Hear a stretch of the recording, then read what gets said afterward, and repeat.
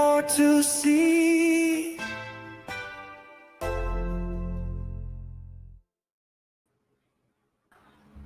What is up, everybody? Happy Tuesday. Welcome back to another episode of Future Watch, where we like to break down Web3 in a simplified manner. And I am your host, Dee. It's a role reversal today, but I got my trusty co-hosts with me as well, the real Hinano and Metabeast. And I just want to say before we start, how are you guys doing? How are you, Hinano? I see Metabeast is currently busy at the moment, getting in his steps. I'm not on the move like Metabeast, but I just literally ran through the door.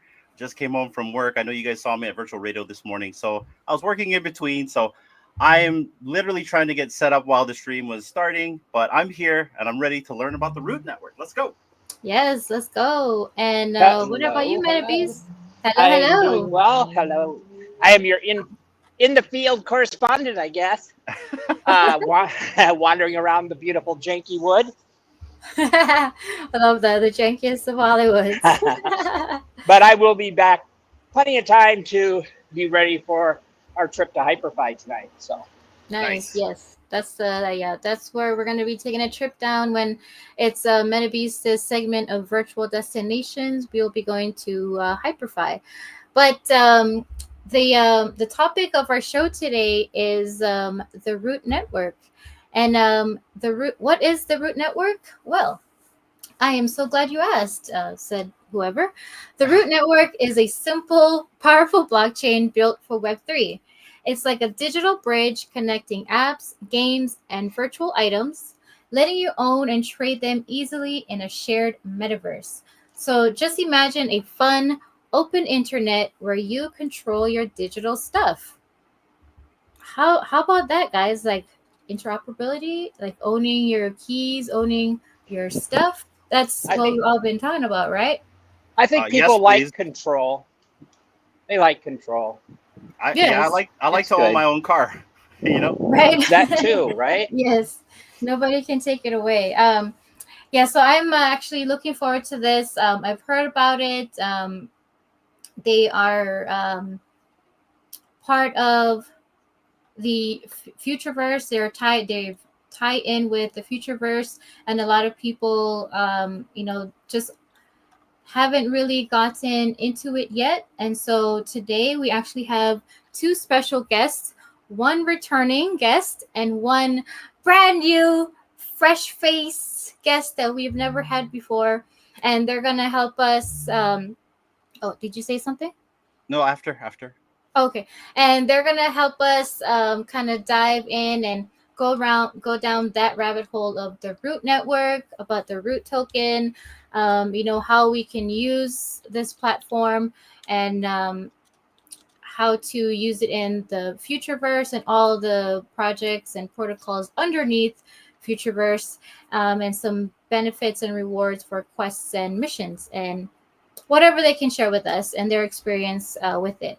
And so let's go fucking, we got the man behind the rack. Yeah. So we have returning guest Bildo Verde and new guest No Credits. I'm so excited. Yes, where you wanted to say something, you said afterwards? Before we get our guests in, I also want to give a shout out to our guests. This was one of the requests from our Discord. They wanted to really learn about the Root Network. So I hope everyone that's watching on the replay or live will get some good, valuable information out of this.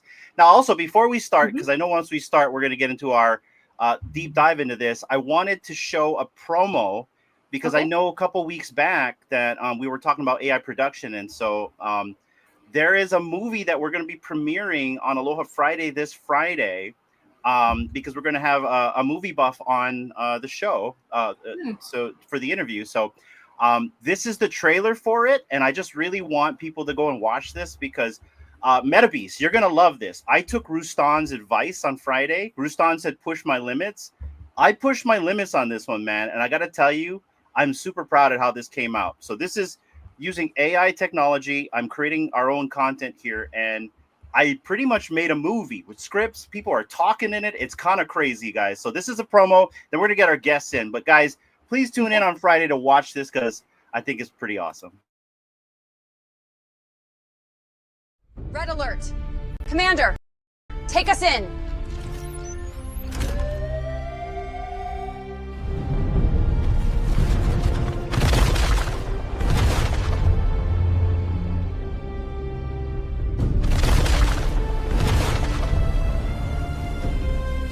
Something massive on sonar, Captain. It's closing fast.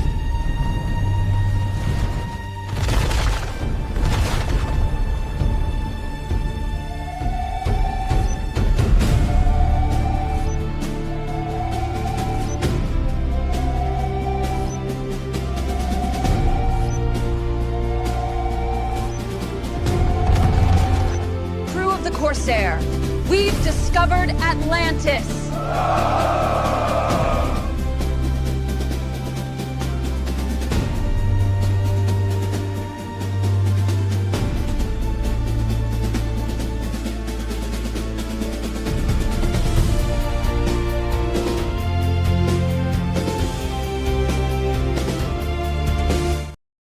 I want to give a big shout out to Rustan.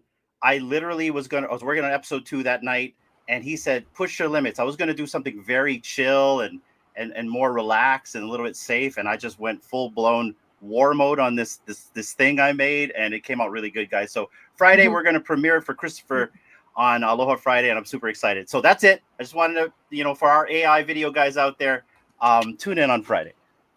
Sweet. All right. Yeah. Are we allowed to smoke on YouTube? Yeah, go ahead. Yes. Okay, good. Smoking is not illegal. But it's not advised. It's not advised. Yeah. To each his own. Different strokes for different folks. Pause. So. Yeah, we don't give financial or health advice here. Sorry. But anyway, yeah, let's bring up our guests. I know they've been waiting for a bit, so let's bring them on up, please. All right, guys.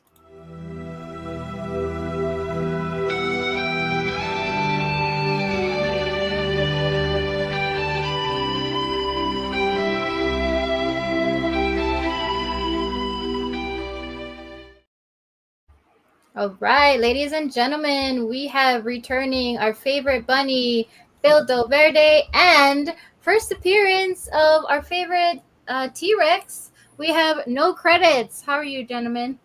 Very well, Bildo. thank you. Doing good. Happy to be back. I'm excited for another fun episode and to try to help educate as best as I can. So thanks for having me back. Right on, guys. Sir, thank you. Yeah, thank you. I appreciate you returning again. Hope you're not sick of coming back. I'm always like, Bildo, help. But yeah, I appreciate you being here.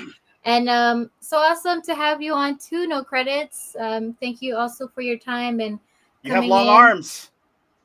Yeah. I do. I have human-sized arms. Human-sized arms. But how are you? How are you today? Very well, thank you. And I only came on the show because I knew Bildo was coming because he's way more technical than me.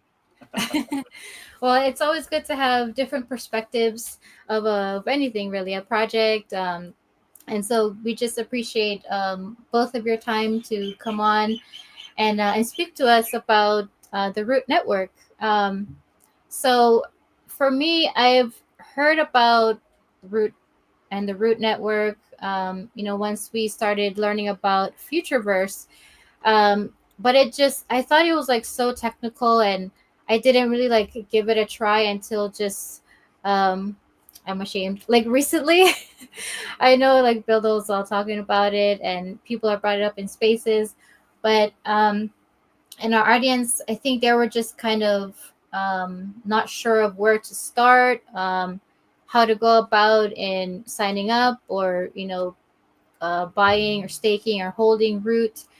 So could you guys give us like, first of all, if you can, like a background on the Root Network itself, and what you know about it and your experience with it so far. We can start off with you, no credits, and give your take on it, and then we'll go to Bildo right after.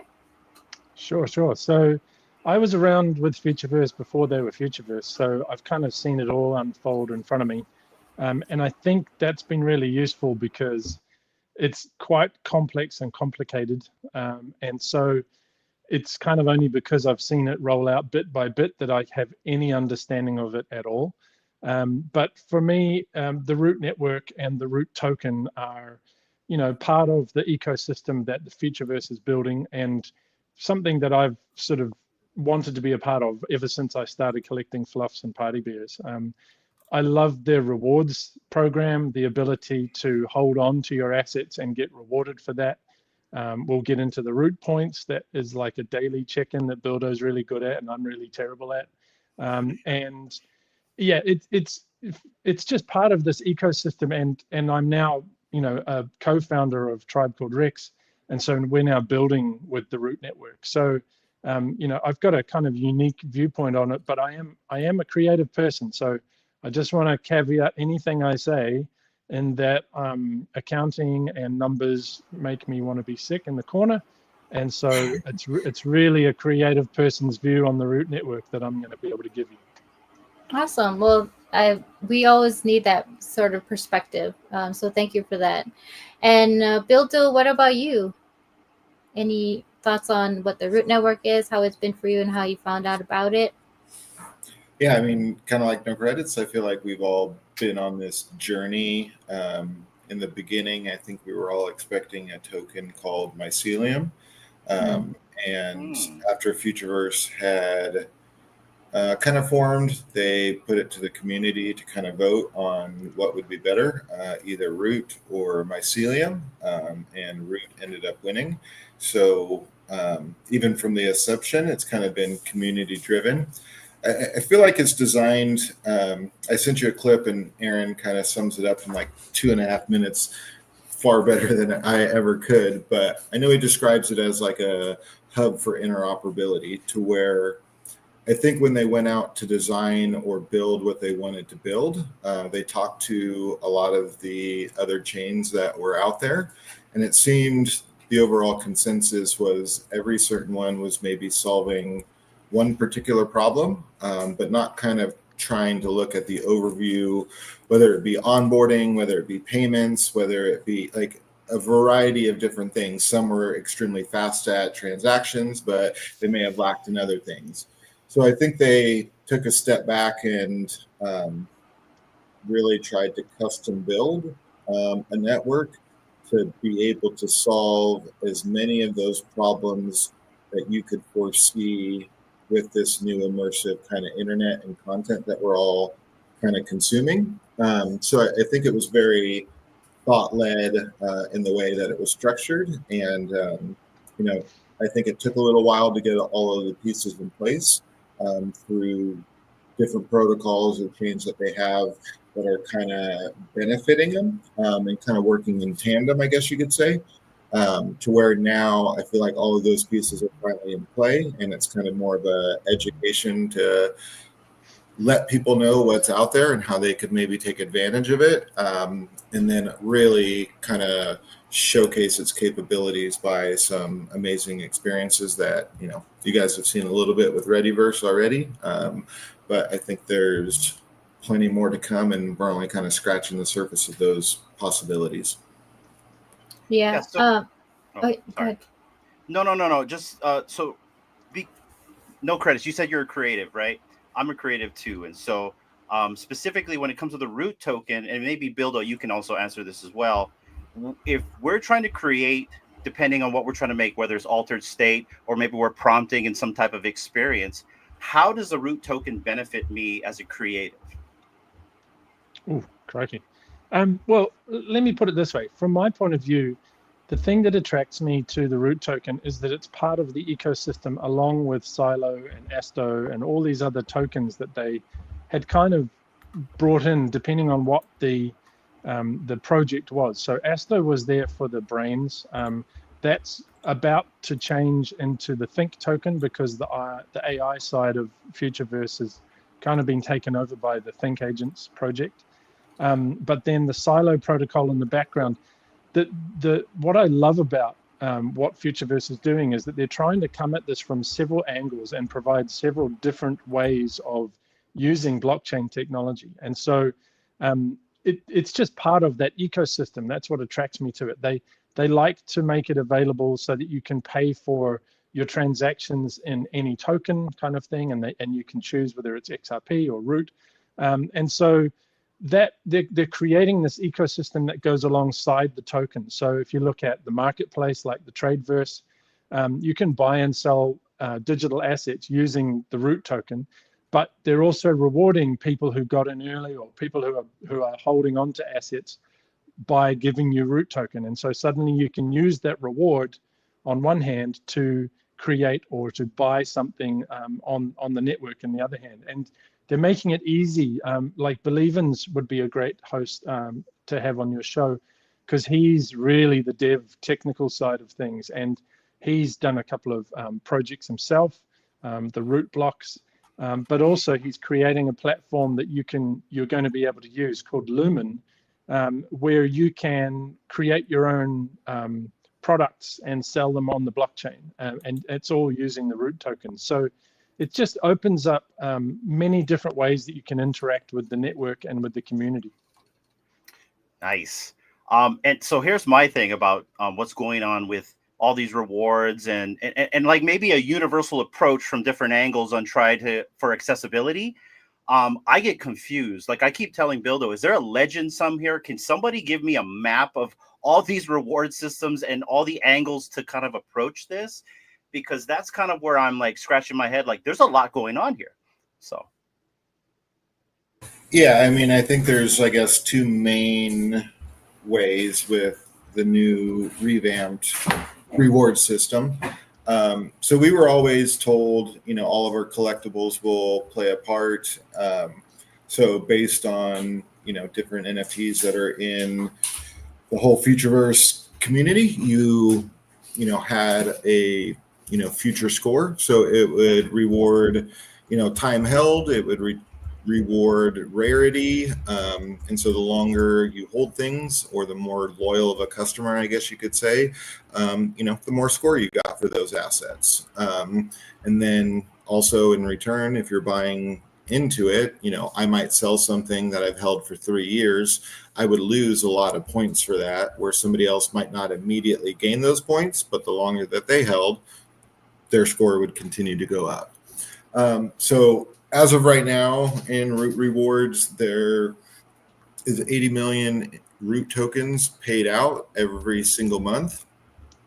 Out of that 80 million, 40 million of that goes to like what we know as like collectible scores. So like, the fluffs that we own, the party bears, the APHA characters, the brains, all of that stuff goes into like your collectible score.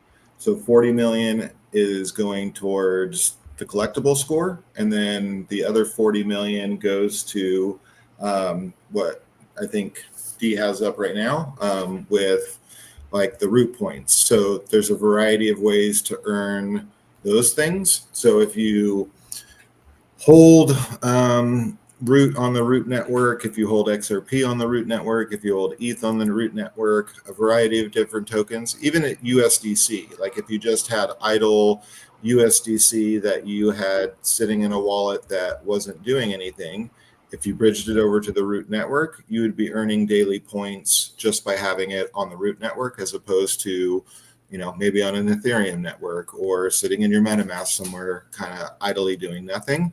So it would be one way to kind of reward if you do have money just sitting idly. Anything that you do on the network kind of contributes to it. So there's the ability to be able to stake your root to earn part of staking rewards, which we can get into a little bit later.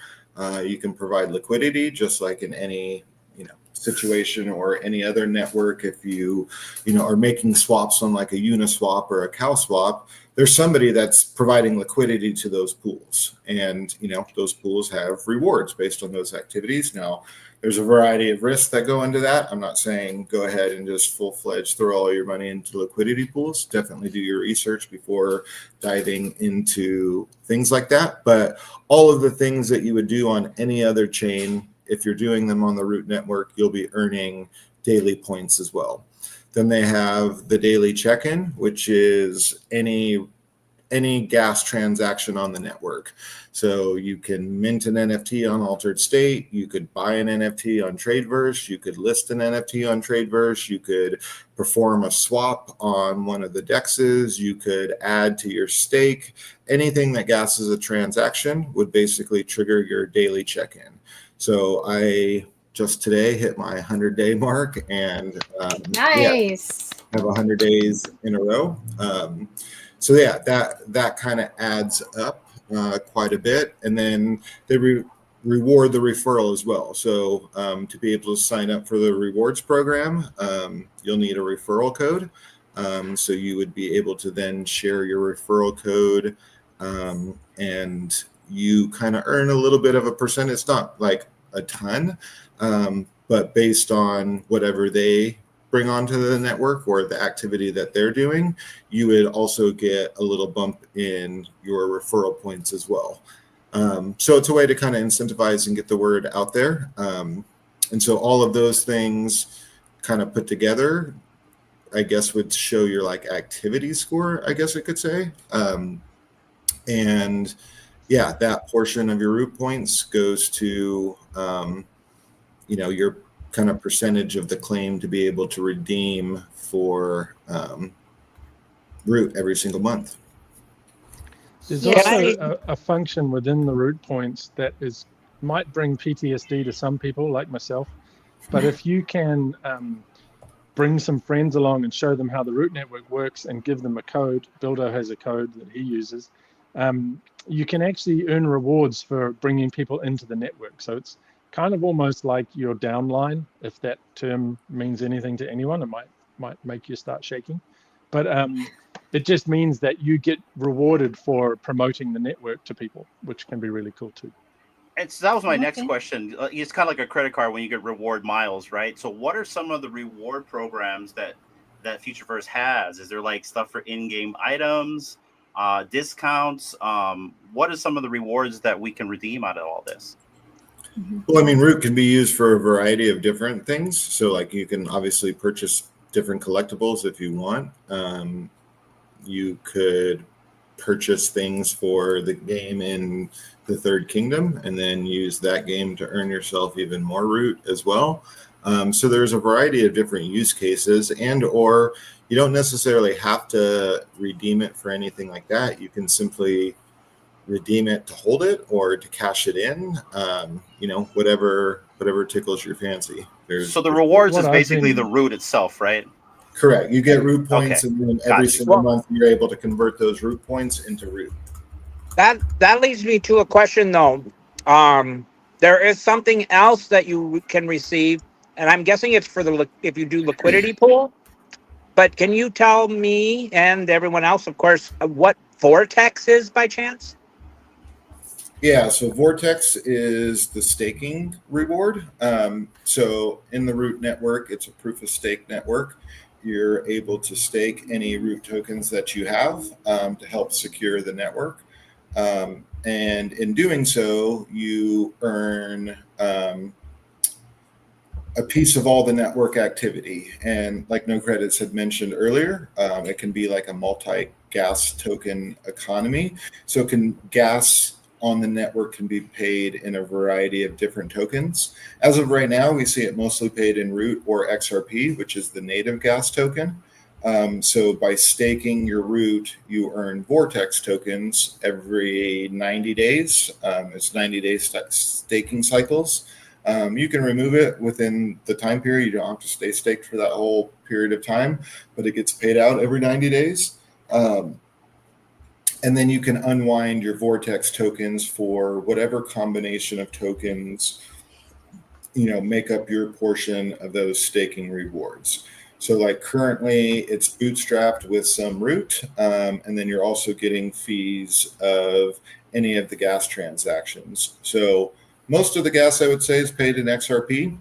So when I unwind my Vortex tokens for staking, I'm getting a healthy chunk of more root and a healthy chunk of XRP as well. And then as more companies or chains, depending on where they're built, choose to adopt, they might have a game that's plugged into some of the custom palettes that the root network offers, but still might be operating on a different chain. And their end user they already know how to transact in Ethereum or Base or whatever it is that they're normally transacting on, and they don't want to have to introduce them to a new network. So if it's easier for that company or that game or experience to onboard with whatever token, Polygon, XRP, whatever it may be, they can pay their gas or fees for the network using that token.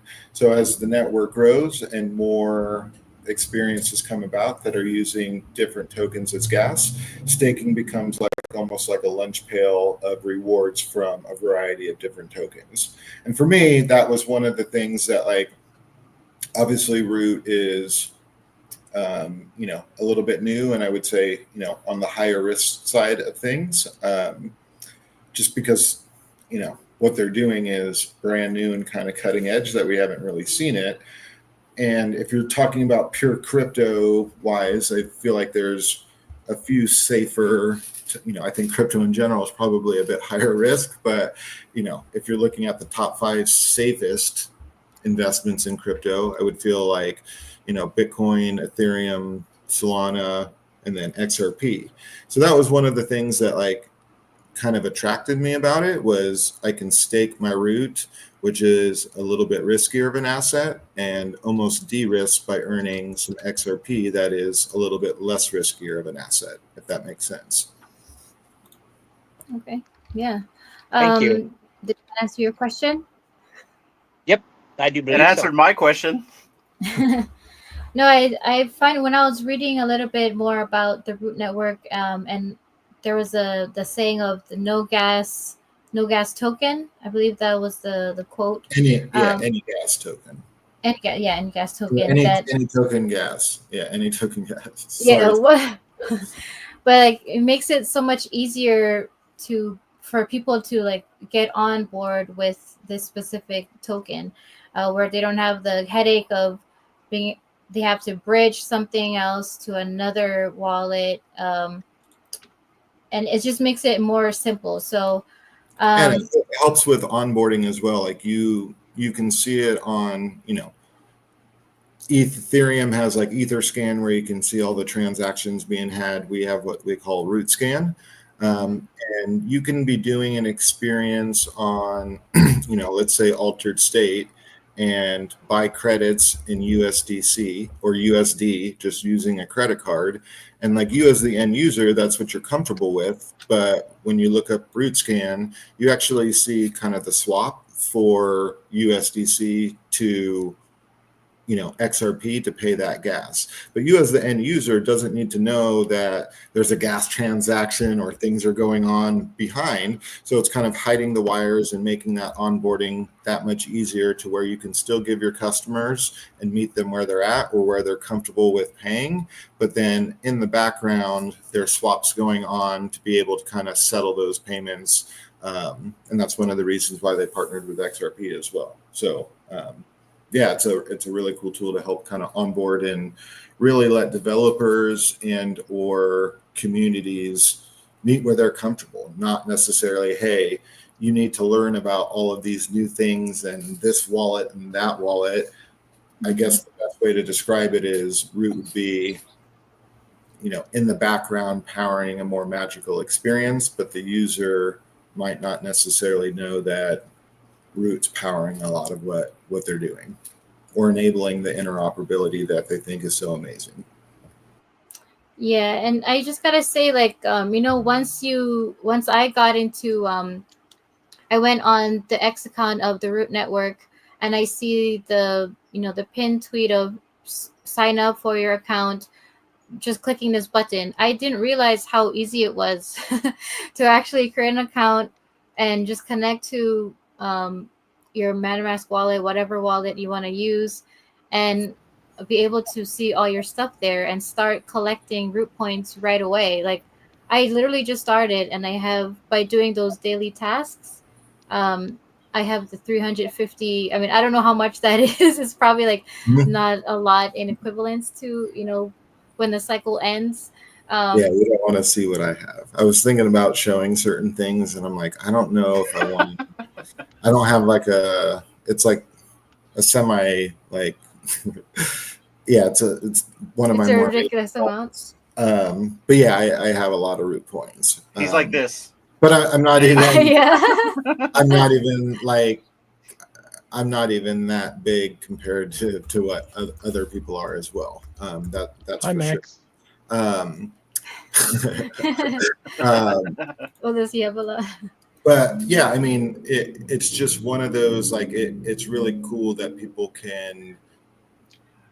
I think what you said, even connect your MetaMask, but like that's something that you're already comfortable with, or that you're already dealing with is MetaMask or having some type of crypto wallet, but you don't need any of that to be able to sign up for that as well. You can simply sign up by using a Gmail account. You can use your TikTok login. You can use your Roadblocks login. It has one of the most extensive, I don't even know what the word is, but array of different types of things that you can use for your login. So whether it's a social platform and it's your Instagram or your Facebook, you can sign in by using any of those, and it doesn't have to be forward crypto facing of, hey, connect your wallet or do this. But if you sign up with an email, it is immediately creating you FuturePass, which also is creating you a smart wallet kind of in the background. You might not know it. It might just be a dashboard that you're interacting with. And it's like, oh, cool. Look, here are the collectibles, or here's what I just bought. And now I can see it here. You might have paid in USDC. You might have signed up with an email and have no idea that crypto is involved at all. So again, it's one of those things that you're really trying to make the onboarding process. Like I think we all know or kind of feel like the future is going on chain. But I can't have, in the same way that everything went to, online shopping, and, now my 75-year-old mom orders her groceries and gets them delivered to her house. If you tried to force the tech and understanding of what makes it available to me to go find a menu of what stores I can shop, then find a delivery driver, ping the delivery driver to go pick up those groceries, and that delivery driver comes to her house and drops them off all in a timely manner, nobody's going to adopt it, and nobody's going to want to mess with it. Part of the magic is it being convenient and so easy that you're not inconvenienced in any way. You can sign up with an email like you've signed up for anything else for the past 20 years. You know what I mean? So yeah, it really creates that easy onboarding as well. They call it the easy button and the hide the wires approach, right? Yes, Absolutely. that's 100%. That was easy.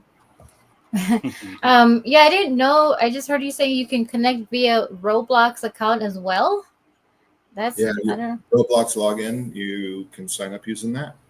So you guys have roped my daughter in then, eh? I was gonna say, is there like I don't think there's an age limit, right? To be able to use that. I don't know. I gotta read more. Not that I'm aware of. I know So we have. There may be something hidden in the terms and conditions, but whoever reads Yeah. them. Right. Like a pretty Yeah, nobody reads not anything. famous, but she was like 12 or 13, and she's made a bunch of Futureverse content. It's actually a community member's daughter. I actually got to meet her in Denver, which was really cool. Cool. But yeah, shout out to her name's Bailey, and she put out a ton of just kind of educational content as like a 12-year-old of like, here's how I relate to it. You know what I mean? And it kind of gives you That's fantastic. different perspective on how like kids can be onboarded as well, and not necessarily need to know anything techie about it whatsoever. So I want to touch on that. I'm sorry, I'm going to jump in real quick because my daughter she knows this space. She's been a part of it for quite some time. We were part of the Cryptoids project. We still are, but they're kind of like on hold right now. But my daughter was really interested in running around these little digital worlds with these little tiny avatars and having the ability to talk with them. And so I'm assuming we're going to have something of that sort with the Readyverse experience.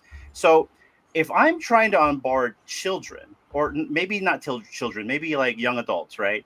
What would be the best way to do that? And how does the root token also enhance the experiences for young people like that? I mean, like an example, like I feel like I would give is, Millie just had his birthday, this past week. I don't know if you saw the collectible or heard the story about what his nephew gave him for his birthday. No. But he's got a 4 or 5-year-old nephew. And Millie tells a story of like, oh, I don't know what to get my favorite uncle, blah blah blah blah blah. And then he's like, you know what? I'm gonna make him a collectible. He likes collectibles so much, like that's gonna be the perfect gift. And he made like this little like stick figure out of popsicle sticks, but it was like a collectible that he was proud of. And so like I took the picture, threw it in altered state, and made it like 3D. And then I also used that picture to make it like an avatar. And it's like, hey, hey, little nephew, check out, that collectible that you made me for my birthday. I had a friend make me like a 3D avatar out of it. And so it's things like that, and or just sitting down in altered state and like, hey, honey, what would you create? You know what I mean? Kids' imagination is wild. Sometimes I get struggled and, I got too much stuff going on in my adult brain to kind of let that freedom of creativity flow. And so, like, ask your kids, like, if you could create a 3D avatar, what would you want to see? Would it be a fairy with wings that has googly goggly teeth and bright eye, like whatever that may be, and see what it creates, and then see if it's magical experience for them as well, and they can see that like their vision or their creativity all of a sudden come to life on screen right in front of them. No, that's Sorry. really Audio feedback. That's really cool. When you said that thing about Roblox, I think I'm gonna go and just get the kid more hands-on on that, because she's always gaming and stuff. So what I can actually have her do for me is go to the Third Kingdom on my account and do all that for me. And I'll pay her in root. No. I think that would be a really cool thing to like a cool way to get her on board as well, to be able to play the game while also being able to harvest mycelium and then convert that to root, right? I think that'll be like a fun way for her to interact and get more involved with the project. But yeah, I wanted to ask both of you, like, so from your experiences, from your point of view, Bildo, and also no credits on the creative side. So what has been for you like the most, I guess, fun, because it's pretty engaging where you have to go and do daily things online and check in, but other ways to get root points, like what's been the most fun for you in on this project? No credits, you can go. Sure. Well, it's kind of changed over time, and it kind of depends on what you say. So like one of my favorite drops of all time was the Atom cars, because I love vehicles and some of these cars are amazing. And so actually that whole process of minting the cars and waiting for the reveal and wondering what it's going to be, that was all fun, but that's kind of a long and very distant memory. Because that happened a while ago. I still own an Atom card that has yet to reveal, so I'm really looking forward to when that happens. I think on the daily thing for me, a lot of the time it's just like I just need a transaction in order to qualify, so I'll just go swap some root for XRP or whatever. But then there are some times when I'm just doing what I want to do on the root network anyway, and I trigger a transaction that qualifies me anyway, and that might be buying Kingdom coins, playing the Third Kingdom.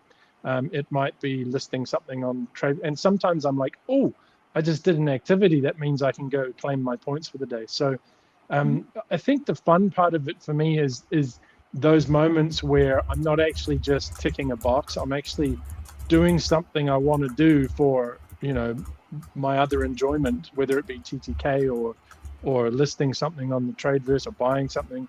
I still every so often buy an Atom car on the Tradeverse because I just love the cars, and I'm hoping that one day the game comes out that I can really enjoy those cars. But so yeah, the most fun for me is when I don't even realize I've triggered a transaction and suddenly I've qualified for my daily login. Yeah, that's really, it's like passive, kind of like passive, not income, but passive points, so to speak. You don't really think about like, okay, I have to like complete this in order to do that. It's like just it's like part of your routine without you even like really thinking about it. Yeah, so that's really cool. What about you, Bildo? So, I mean, I guess two things. In the old system, they used to have Quest. It wasn't like I mean, they tried to do it monthly, but it wasn't, as like on schedule as it is now. But we had a Quest where we had to do a swap on one of the dexes. They had just brought out MoAI and Dexter as the first two dexes. And being able to learn how to swap and then seeing swaps happen took me down a rabbit hole that turned out to be very profitable for me. But I would have never dove into learning about liquidity pools or arbitrage opportunities or a variety of things. So that Quest, I was very grateful because it really helped educate me, and not just on the Root network, but in any network, and how some of these things work. So I was very grateful for that. The most fun I have is by far Altered State. I probably mint something every day as my daily check-in. I think now I'm officially the largest holder of Altered State creations, and I have a bucket full more that I could mint that I just haven't minted, because sometimes I'm like, I'll save to mint that one till tomorrow. But sometimes I get really excited for ones and I'm like, I already have a fun name for it. And I'm like, okay, so yeah, I think by far the most fun, and it taps into that creativity to kind of you want to create some cool things. But yeah, that's been the one I've enjoyed the most, for sure. So you create it and then you're able to mint it onto the Root network. So it's the actual publishing of the NFT that actually counts as a transaction. And again, that might be something that you buy credits with your credit card. You have credits, press publish. You might not know that you're doing a transaction on the Root network, but once you spend those 20 credits to mint it on the Root network, it's gassing a transaction. So that would technically qualify you for your daily check-in as well. So there's no way to actually use your Root and change it into credits now, is there? Or is that that is? No, it's me. Yeah. No credits. It's got no credits. Okay. So when you're on Altered State, you can there's a toggle, it'll default you to pay in USD, but then there's a little toggle button that you can pay in crypto, and then it takes you to another page and it gives you a variety of options that I could do Root on Ethereum, I could do Root on the Root network, I could do Ethereum on Ethereum. It gives you a whole lot of USDC, XRP. I mean, the list goes kind of on. So variety of different ways to use crypto to turn into those credits to create. But I'm just saying, if for the ease of onboarding, if you bought some credits using a credit card and then we're like, I like this, I'm going to mint this, it would still be your daily check-in every day if you minted it every day. Okay. There's another aspect to this, which is the cyclic kind of reinvestment, etc. So if you had some Root, for example, and you wanted to log in for your day. So when I checked in today, I transferred 1 XRP to 400 Root, or maybe it was 400 Root to 1 XRP. I just do it backwards and forwards every day when I just need a general transaction, right?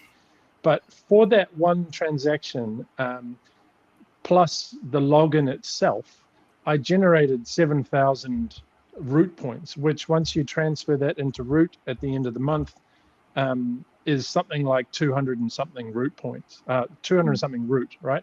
I can reinvest that Root by staking it.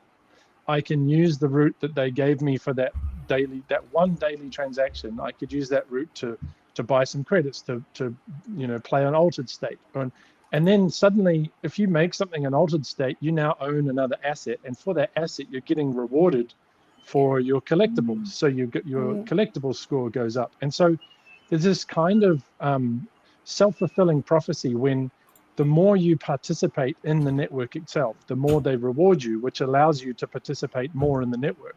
And so those who do participate get rewarded, and it just builds and builds and builds. Like I've been taking the majority of the rewards that I get at the end of the month and putting it back into my stake account, which then means I earn more next month on the amount that I had staked. And so I'm now earning more on the stuff that they gave me for staking, you know, so that it just gets bigger and bigger. And the more you do it, the more you earn. Okay, so which asset, if you know this, has like gets you the most, I guess, root for holding it in your wallet? Plus, for sure. Fluffs. Okay. Oh man. And then Party Bears is right after because we don't have a fluff yet. Yeah, I would say Party Bear and Brains, I think, are pretty comparable. Okay. Oh, the brain. Shout out to Kona Road. Kona Road has some great data analytics of what each asset would give you. Goblins are probably kind of low, huh? Goblins are low, but again, the longer you hold it, the more it goes up. So, but yeah, goblins were always meant to be pretty cheap. So, and then so the brain that you were mentioning, is that the same brain that you Metabeast were trying to give away last week? That's a Gen 2 brain. Gen 2 That's brain. Gen 2 brain. Gen 2 brains are a lot cheaper. Oh, right, so they're like $5. Gen 1 brains, I mean, they're still insanely cheap for what I paid for some of mine in the beginning. So that's good to know. I mean, for me at least. Yeah, we can actually go buy some collectibles. There was a time where brains were higher than fluffs, and I thought brains were a harder acquisition than fluffs were. And then it kind of shifted, and it stayed somewhat comparable, but I think I paid, and I mean, I know no credit is probably going to be like, that's it, because there was a lot worse. But I think I bought my first brain at like 1.5 ETH. And so, the Gen 1 brains actually gave people early access to the altered state. Gen, Yep. Was it fluffs that time? Or was it both? But yeah, all the different assets. So you can kind of, I mean, I guess you could look at it from two different approaches. You could go buy assets if you wanted, and that would earn you collectible score, and you would earn assets that way.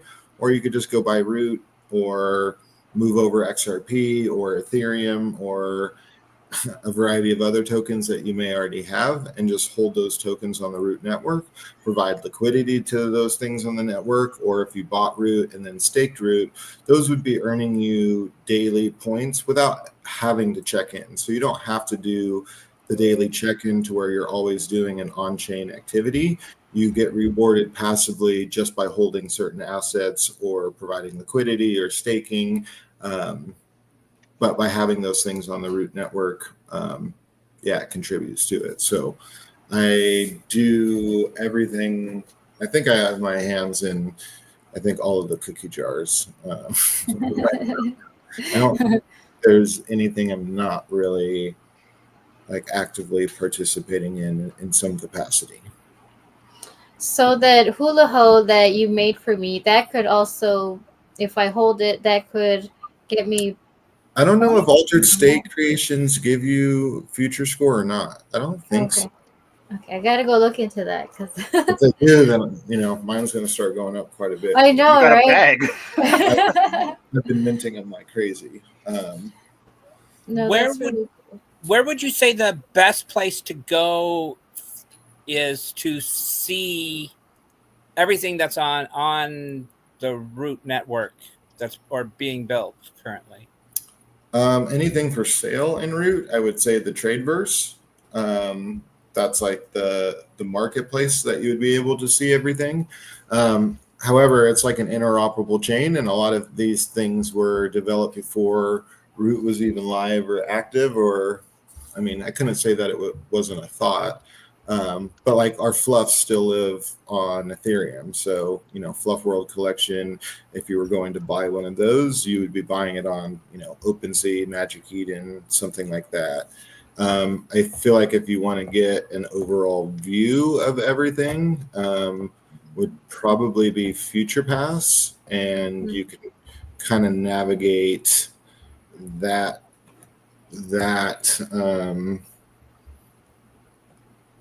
yeah, kind of navigate through that to anywhere else that you would need to go to see anything else that's built or created, I guess. And I used to go there, but I've just started using the rootnetwork.com because I swear there's stuff on there that I didn't see on FuturePass, I think. Rootnetwork.com? Yeah, I just go to the rootnetwork.com and then you click on the ecosystem. That's where I started going. I recently discovered this. I don't know how long ago, but yeah, that's why I was curious because I swear there's stuff on there that I hadn't seen. Look at you becoming the student teaching the master something. I don't know. I think I've probably just been so ingrained into what I've always done. But yeah, it's cool. It's funny you say that too, because old guy, I had heard of the fluff world and Futureverse. I didn't know they were really connected, but my friend old guy barbecue, he started diving in big to it. Now he's looking at me and says, "Man, you need to fill me in because I was all excited about it, and here you are, knowing more than him." No way I can know more than you. I can't. There's no way I can remember all that stuff either. But yes, it's the remembering part for me. So I don't know how he retains. Takes really good ginkgo to help him. It's the same thing with you guys in collecting on different platforms that you do. I'm sure there are particular memories or things that have happened throughout it that, like me, if you're trying to explain your journey through, Vivi, maybe I would be like, how do you remember all of the different drops, or this one had this mechanic and we could burn this one for that one? But when you're in it and it's something that you're passionate about, it's just kind of becomes almost like second nature. Yeah. I guess that's one of the disadvantages of what I do. Sorry, I just lost connection. Sorry if I dropped out. No, you're good. You're back. Good. Awesome. Yep. Going to so many different places. I know only so much because I have not spent the time to really dive deep into them. So but that's one of the things I also like about quantity over quality, huh? But then I find quality in those places with people who can answer those questions that I haven't gone looking for yet. Yeah, and I think it's on what you're saying, Metabeast, is you take us to all these different metaverses and you may not know all about them, but we get to explore it, and then that also makes us want to dive more into it if we so choose to. So you give us a preview, or a trailer of a metaverse, and if we think it's really cool, then we can go and find people who are better knowledgeable in it, and if not, then we just move on. But you've showed us a lot of different places that I never thought I would be interested in, and they all have their little quirks and things there. So yeah, we also learn, and you learn as well while you do that. So it's a learning experience for everybody. Even though you're the one that's leading us there, we also can take it and just go with it if we so choose to. But yeah, anyways, my rambling for that. I wanted to say the most fun thing that I did, I guess, and I believe they were giving out root points, or they were giving out some rewards, was and correct me if I'm wrong, Bildo, but the Questmas, and I think I told you about, I wasn't researching about any goblins and fluffs, but I saw that this thing popped up on the 12 days of Questmas, and I love puzzles, so I was like, oh, this is so cool. And I think I was telling Hinato about it. He's like, oh, you know about this Futureverse stuff? I'm like, no, but I can there's some that are I didn't really need to know about it. It was just kind of a guess. And so I got, I think half of the questions right, and then some I was like, can you give me a hint, please? I went to the Discord, and people were giving hints. And Bildo was really kind to give me some hints as well. And so I completed the quest, but I wasn't sure what I was supposed to get, and I didn't follow up on it. But for me, that was like a way to kind of start getting into, you know, any Futureverse related content. And it made it really fun. And so that's kind of what caught my eye, was the whole puzzle thing, like something fun to get people started. So that's just my experience. I don't know if they're going to be doing a lot more things to maybe get more people incentivized and to make it fun to actually like onboard the root network. I mean, the stuff that you've talked about and things you're able to do with it already sound fun, but for someone who's not aware of the root network, I hope they can come up with more, like, I guess, fun activities to onboard people. And I think when the Readyverse opens more publicly, there will be that. There's already been some hunts, and then, you know, you find one item and then it gives you a riddle and you're like, oh man, now I got to solve this riddle. You know what I mean? Yeah. So there's a variety of different hunts through the Readyverse, which is fun. I miss things like that. They have done a variety of things of that nature in the past.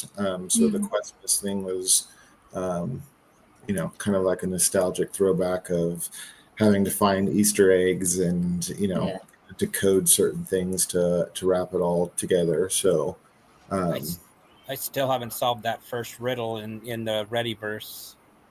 Oh, okay. Hit me up. I'll make sure you get your answer. Have you I'll been give in you a No hint. Credits? Have you been in the Readyverse yet? Yes, I have. Yeah, we're actually in talks to build a Readyverse location for the Rex tribe. Oh, cool. I have questions about that, or not necessarily. Well, maybe that too, but when it's my turn. But I really want to talk about building in Readyverse. I know it's nothing to do with root, but I kind of wanted to ask you, No Credits. Tomato, it's good. We say tomato, so there you go. Right. There you I say go. tomato too. But I'll let you finish, D. I really want to talk about that. So. No, that was just like my thing. Like, if we had more like fun, like, people are always looking for fun stuff, and the more you make something fun, the more people who may have never heard about something will be more willing to try it just because it's fun. I mean, if you tell someone, hey, sign up for the Root Network, here's a manual for you to read, most of the time, like 99% of the time, they're going to use that manual for something else or just toss it away. But if someone were to come and show them and say, oh, look, check this out, this is what I did with this platform, and these are the things I'm collecting. If I change this into that, I'm able to get this as a reward, and just make it fun. So yeah, I think with the Readyverse and more of these experiences going kind of live, I think there's going to be a lot more opportunities like that you're kind of talking about. Yes, make it fun and the people will come. But yeah, no, you can ask your question. I got one more root question, then I'll ask the creative question. And this is kind of like a two-part question for both of you. And I'll start with you, No Credits. Specifically, if I was a brand new user, and I kind of want to use it as the sell me this pen moment. If I was a brand new person off the street that was a creative, that was looking for an outlet to create, what would be the best sales pitch to me to not only join what's going on with Futureverse, but also to utilize the root token? Ooh, that's a toughie. An outlet to create. I think I go back to Believin's do-it-yourself platform called Lumen. You could, if you were a creative and you wanted to create on the root network, you could use his platform to generate your own collection and immediately publish it to the root network and have it go live and have it be available for sale and trade. So Cool. that kind of tool can be really useful, and that's all part of this ecosystem. I think if you wanted to dive deeper into something like what I'm doing, which is building a whole collection and publishing it and doing it ourselves, that kind of opportunity, it's available anywhere, but it just depends on what you want for your collection. For us, it's really important to be, what was the word that Captain used this morning? Interoperable, because we want people to fall in love with our avatars. We want people to have a Rex and love their Rex and take their Rex everywhere. And part of the tech that Futureverse are building that helps that is the UBF and the asset register and all that stuff. And what that means in layman's terms is if you go to the Readyverse and you own a Rex, you'll be able to go through each of those Readyverse experiences as your Rex.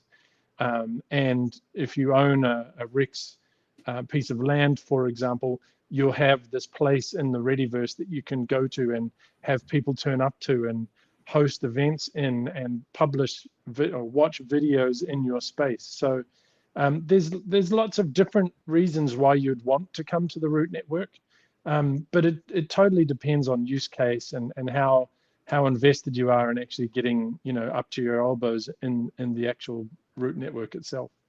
Got you. That's cool. I appreciate you and that response. Now, kind of to turn it on you, Bildo, if I was just a normal everyday user, I'm the hide the wire user. I'm the guy that wants that. I want this easy button right here. Like, Bildo, help me. How do you sell me the Futureverse experience as well as the Root token? This is your sell me your pen moment. Ooh, that's a tough one. Just because it's kind of like so complex. But I think I would turn it around and like I would have to ask like, what is it that you're into? Because there's a variety of different like angles or rabbit holes that you can go down. So if you're more crypto centric, somebody like Dave, I don't ever see like picturing buying some fluffs or, going down that like more collectible road. He's more like the DeFi crypto. What's the token going to do? How can I utilize that?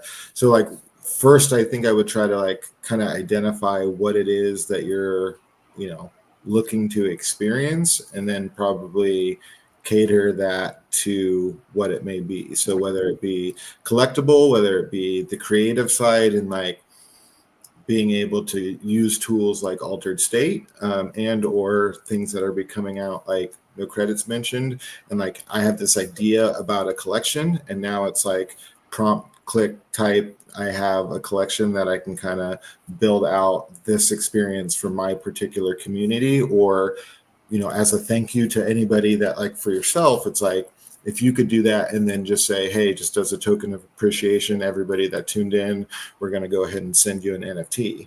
And it's not like, well, I wonder what Ethereum gas prices are. Is that going to cost me, $50 in gas to send out 100 different tokens?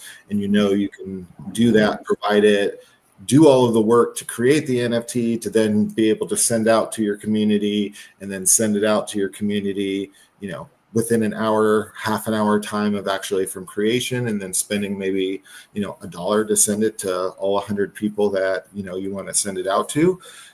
I really feel like there's a variety of ways that you could take it. It's really kind of comes down to like, and that's why I think it's always built for, is letting people do what they want. Like we do what we want in the real world. We, go to the park if we please. We hop on our car. We drive. We go to amusement parks. We do all of these things.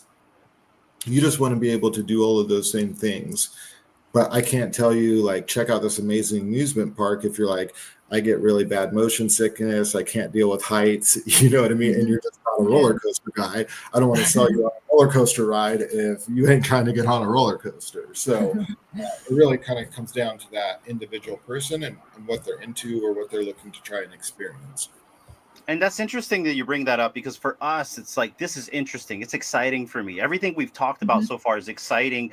And that's why I kind of wanted to break it up from the creative side, let alone the noob side, right? From the creative side, we would get it, right? Or at least we would understand to an extent, and then we would be willing to learn. But from the outside perspective of the regular person, do you think it's detrimental that they won't find Futureverse, they won't find these experiences because it's so in depth? Or do you think over time, because of the hide the wires movement that's happening here, it'll just get better and easier for people to not only find whatever you want to do, right, but to make it a little bit more easier for them to understand? Because even me, a person that really loves the tech, loves the tokenomics, loves AI, I get confused with this stuff. Yeah, I think it's kind of like I believe it's called Linux, powers a lot of the internet experiences that we currently have. But it's not like one of those like main names that everybody knows and everybody is talking about. I think Futureverse is kind of that, and or the root network is kind of one of those things that I don't necessarily think that they want to be the brand that everybody associates with. I think they want to be the tech that powers you being able to create a cool experience for your community, or somebody like Candy and bringing all of that IP and kind of supercharging what they're being able to do. But they don't need to say Candy is now Futureverse. Candy still operates as Candy and does what they do. It's just now powered by Futureverse. So like you might not hear or see, when you're looking at the credits, because a lot of things do have credits, unlike our friend over here that has no credits. But like a lot of people don't pay attention to that of like, oh, this is, powered by, or this experience, there's a lot of things that, for myself, I do home loans for a living. And for a long time, there is a local company, and I had no idea that this local company, for where I live, did a lot of work for Google, and they power a lot of Google experiences. And then when you look at it, it says like in the bottom right hand corner, and it's like powered by this company. I'm like, holy, once I started to pay attention, then I started seeing kind of their name, and it's like, oh wow, they've actually done like some crazy big projects. But like the end user or anybody that uses that application doesn't understand or doesn't need to know the company that's powering that experience. They just want the cool experience. So at the end of the day, I don't know that Futureverse or the root network would be the household name. I think the household name and experiences will be powered by Futureverse and the root network, if that makes sense. No, it does. You basically told me that the Futureverse is kind of like Nestle's Crunch. You know what I mean? If you think about it, right? Because all those off brands is pretty much under their disguise. So, no, thank you so much. I really appreciate that. And I kind of wanted to kind of bring that out there because there is a lot of moving parts with Futureverse. This is why you guys have all those spaces. This is why we're trying to do these live streams to kind of educate people, educate us along the process as well. So thanks, guys. That's all I really wanted to talk about with the root network. So I'll ask my other question once. Metabeast, any other questions? You're muted. Infamously. Still muted. Read his lips. He says, oh my gosh, I've done it again. Of course. It's all good, Okay. Metabeast. It's all good. Working? It's all I thought good. he said, let's go fucking based on. I He said, let's go Futureverse. I was trying to make it out. Futureverse. I could not get my taskbar to go move out of the freaking way. So I can unmute. Yes. What's going on, Let's go Metabeast? Futureverse. I guess that was his question. Yeah, that was one of the funniest things. Like, and I don't think a whole lot of people caught it, but based on all of our interactions and the let's go fucking, and then you were like, let's go Futureverse. I was like, is he gonna drop a let's go fucking? And then right I was like, in the space. That's fucking perfect. Nah. I knew better. Sometimes. Round of applause for that one. It was amazing. And I don't think everybody caught it, but for the people that knew exactly what you were doing, it was absolutely amazing. He knew what he was doing. Yeah, I'm loving what Futureverse is about in general, that they just want to provide and promote people to just be creative and just, get out there and build and just, have fun, while at the same time giving us all these different tools that we can use, and everything just all interconnecting, which makes it a lot easier. I mean, there's a lot to learn and retain and how things work, but in the end they all work together to have people just have fun and create. So yeah, I gotta do a lot more deep dives into other parts of things that are powered by Futureverse, but I really appreciate you, Bildo, and No Credits for coming on and explaining to us as best as you can what you know, your experiences, and I really hope that the audience, retain some and are willing to try and get onto the Root Network and just see what it's about. I do know you guys have like referral codes, right? They can use when they get in. I think you Yeah, guys were joking to use each other's referral codes. yeah. I'm sure No Credits can use the help. I have a healthy amount that I've already done it. It's a pinned tweet on mine, but by all means, if you just say the word reward program or referral code, you'll get a plethora of people responding on Twitter trying to get theirs as well. So Yeah. there's a variety of ways to do it. So they're not hard to come by. But no, I appreciate you guys, wanting to learn. And D, just rest assured, probably throughout the rest of this year and for the foreseeable future, I think there'll be more and more fun experiences that it's not necessarily what all do I have to learn about all of this or what am I, but I just want to have fun and go explore, create, decorate, whatever it may be, make your space your own. I think all of those experiences will only continue to come out and kind of showcase all the tech jargon of what we're talking about that's really making all of these things more accessible or like an actual possibility of I went from text to prompt to this image character to this character now running around in an experience, and then that character traveling to a completely different experience that maybe had on a different chain. That's when you start to see the magic happen, and interoperability kind of really starts to make that big difference when all of these things are kind of transferring in between worlds. Mm-hmm.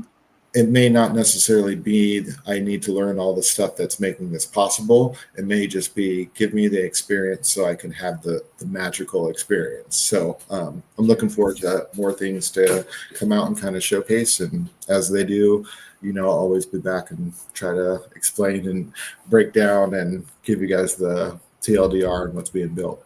Are you Sweet. able to?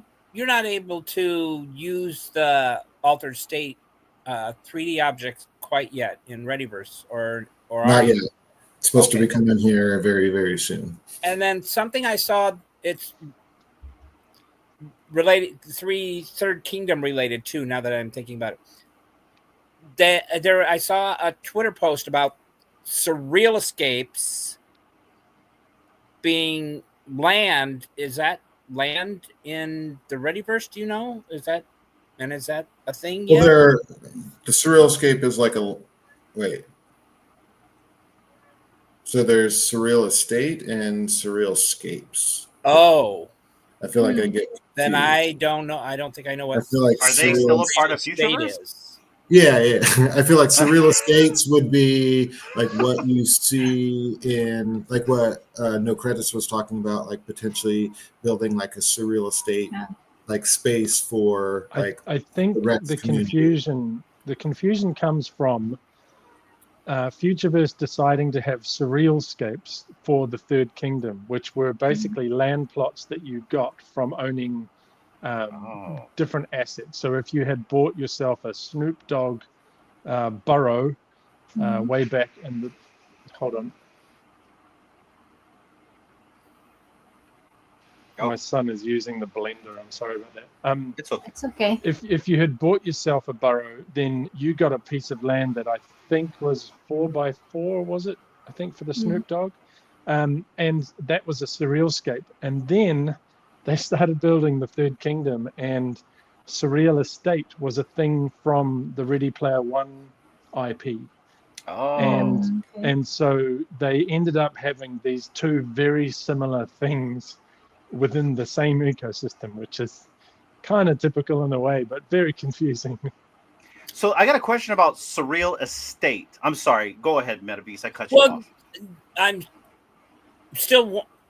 So they are completely different, or does having a Third Kingdom one, we'll just call it that, does that give you something to build on eventually? Do you know? So yeah, the surrealscape is what you would put into the Third Kingdom and stack and be able to add more and more prisms to your game. So So you if you can't just build on have the basic land, you can put in a few prisms. I think that would be a surreal estate is what you're talking about, Metabeast, and those are in Readyverse. There's a couple blank canvases or like semi-blank canvases that you can kind of build out based on what you have in your inventory. But I think there will be more opportunities to have a completely blank canvas and build from the ground up whatever type of space that you like. I think that's where you're headed, kind of more like the VV-verse of like That was my question. create this whole new lane. I think that'll come more with like Promptopia when that comes out, Okay. which is supposed to be more towards the end. Of I the just year. want to know when I can start building. That's my question too. So right now we can't build. So, or it sounds like we can't build, but we will be able to soon. So no credits. What are you actually designing with your surreal estate? So the surreal estates are like launching platforms. So if you go into the Readyverse right now, you can go into one that might be for Arcadia. And so they, as a project, they were approached by Futureverse and the team at the Readyverse to say, build us a surreal estate. And when people go to that location in the Readyverse, they walk into an arcade, they get this feeling of games, and ultimately you're going to be able to walk up to an arcade machine and launch one of the games that Arcadia have on their platform. And one of the games will be the Resurrection game that I built for the Tribe Called Rex community. So you'll be able to go to the Readyverse, go into the Arcadia surreal estate, walk up to an arcade machine and play the Resurrection game from Tribe Called Rex. So you get, as a brand, you get an opportunity to build a space that can kind of teach people about your brands. So that's going to bring people to the Arcadia platform. The same will be for us. When we build our land, we're going to be using it in order to sort of show off what the Tribe Called Rex is. And so there'll probably be a video playing on a big screen that talks about Tribe Called Rex, talks about where you go to see them.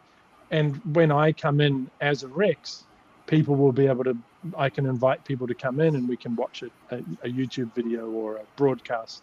Maybe this show, I can simulcast it to the Tribe Called Rex surreal estate and people can watch it on there. So that's kind of the idea of the surreal estate, which basically they'll be able to go to brands and say, how do you want to interact with your fans in the Readyverse, and where do you want them to go from this launch pad? It could be into a game or into an experience or off to a web portal or something like that. Cool. Oh, very cool. Wow. So sooner or later, though, we will be able to build a blank canvas, I'm assuming. That's with Promptopia or something like that, you were saying, Bildo? Yeah, absolutely. Okay. And Okay. Hinata wants to just build. Yeah, Sorry, as part go of ahead. what we're going to build as the surreal estate will be assets that go with that, right? So because I own the Snoop Dogg Studio Burrow, which is on the Ethereum network, so you can buy and sell that on OpenSea or Magic Eden.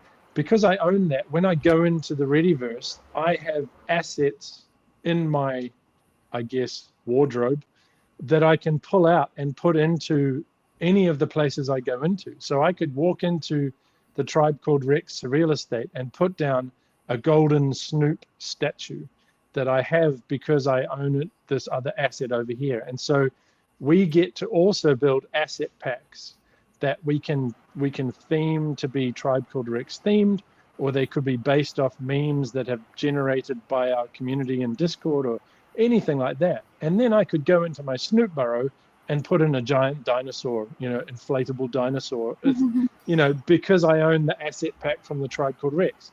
And so the idea is that as you are building your library of assets from across the ecosystem, you are going to be able to have little assets that you can drop into a certain surreal estate that you want to build as your own. So when someone comes into my Snoop Burrow, because I've invited them, they see the way that I've decorated my Snoop Burrow, and that could be with assets from big brands that have now built their own one, like Coca-Cola or something like that. So there's this whole way of being able to integrate your products within this real estate that can then be enjoyed by other people.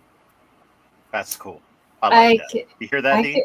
I can already see Hinano's mind. Just like I know, I can see him like just envisioning what he wants to already do when he has access. On, but you can still see exactly what he's thinking. Yeah, no, that is so cool to hear, and yeah. Yeah, no. We're getting close to the hour where we're going to switch over to Metabeast segment. But before we go, I want to thank both of you guys for hanging out and giving us your guys' wisdom. Please feel free to stay if you want and experience virtual destinations next. But I really want to thank both of you guys coming on. No credits. First time on the channel. First time I'm able to interact with you. Yes. And let alone you're creative. Why don't you let the audience know what the Rexes are all about and what you're doing?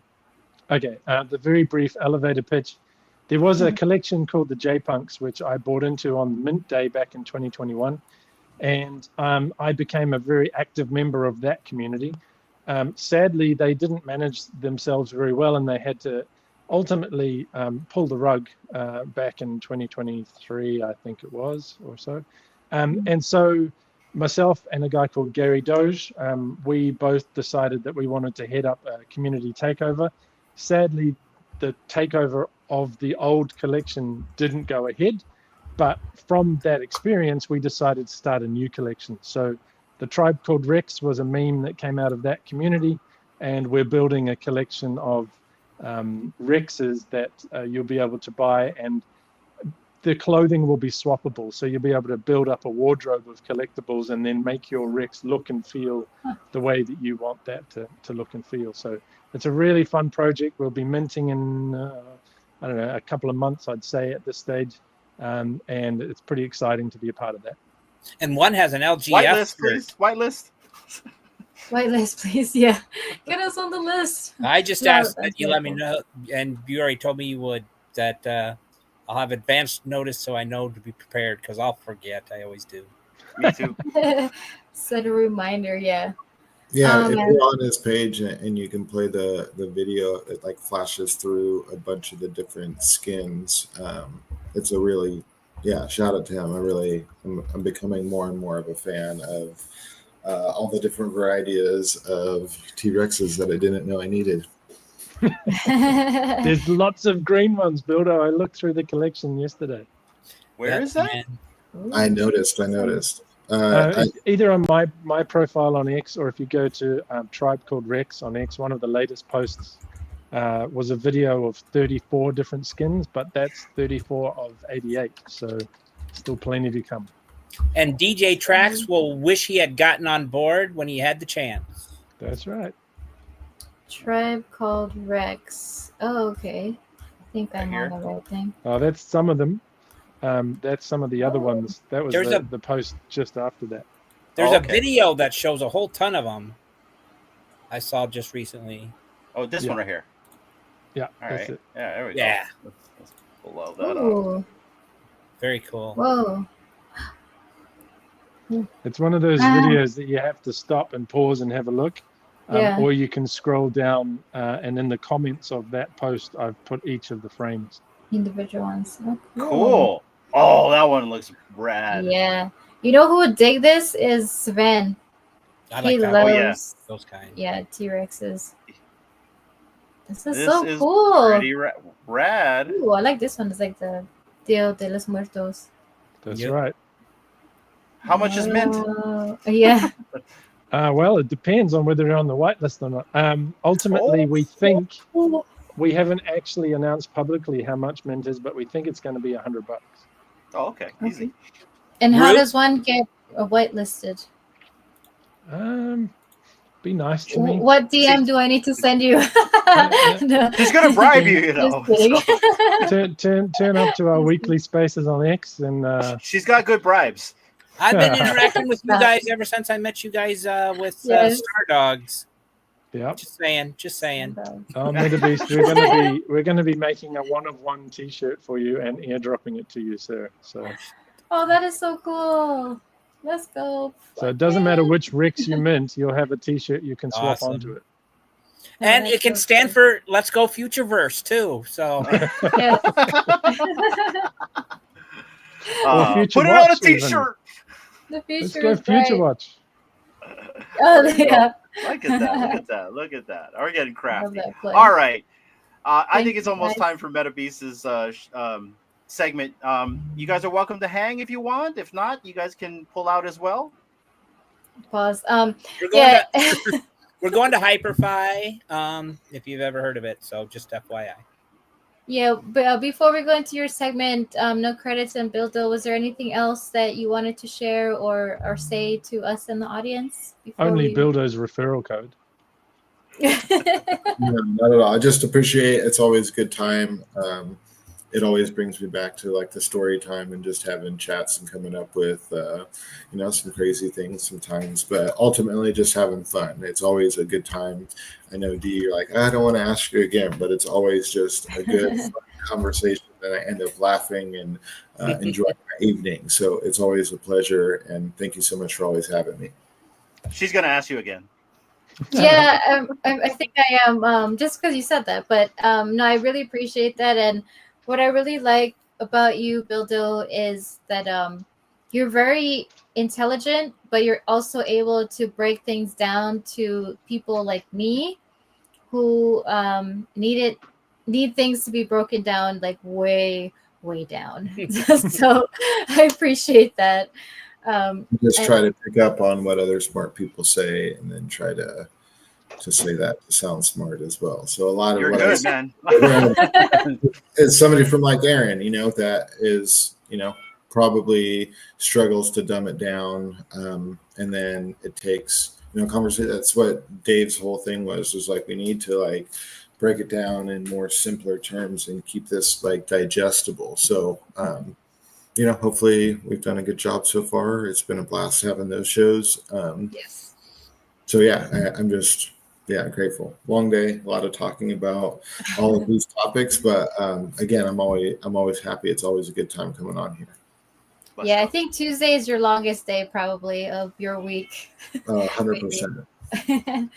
And no credits. Any final thoughts before we move Thanks on for to- inviting me up. It's great to be included in the show, and super fun to hang out with you guys. So anytime you need me, I'm here. And if anyone wants to reach out on X and just ask questions, just like Bildo, I'm happy to answer questions anytime.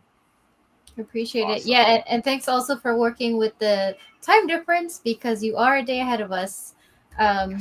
So yeah, thank you for that because I sometimes don't always get it right with all the good. different It's all time good. zones and trying to schedule stuff with people. So thank you for understanding and being able to come up here.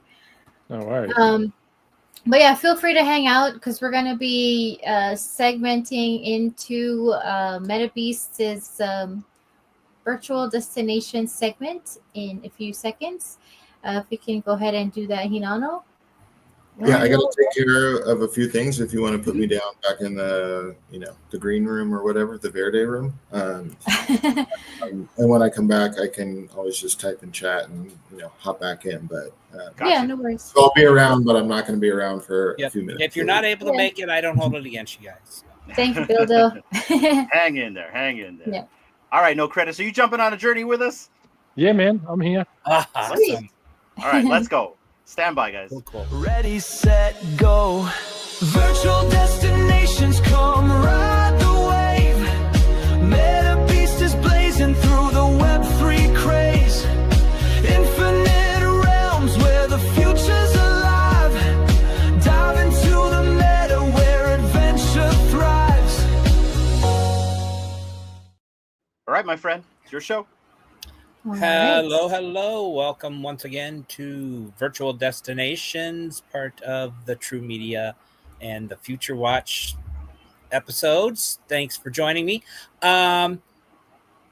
If any of you caught Friday's Aloha Friday, there was a very special guest there by the name of Rustan, who is a builder also, and he would be a poly metaversalist as far as I know is also. I always end up coming across him in these different places, but he has built in numerous ones, and one of them is in Hyperfy. We're going to go check that out today. I actually So Hyperfy, I don't even know how to begin to explain it. It's been built by basically one person in the beginning by the name of Ash. I would call him a genius. But in the beginning, it was you bought an NFT that represented a world. I wouldn't call it land, but like in Decentraland or places like that. But you'd have access to a world that you could build in the Hyperfy. And it was pretty relatively easy to build in there. One of the things I loved about it. But as time went on, something changed. And what's going on there? I don't know what that is. Nothing. Anyway, Pop up. he took his look at what the metaverse is as being free and open. And what that led to was basically that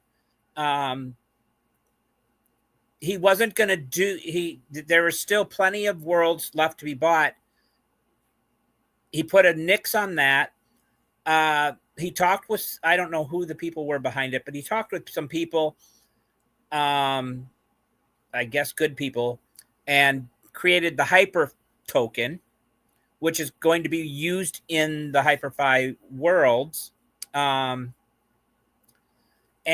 because people had purchased or paid for these worlds that were basically going to be obsolete, I guess, they were all airdropped so much per how many worlds you had.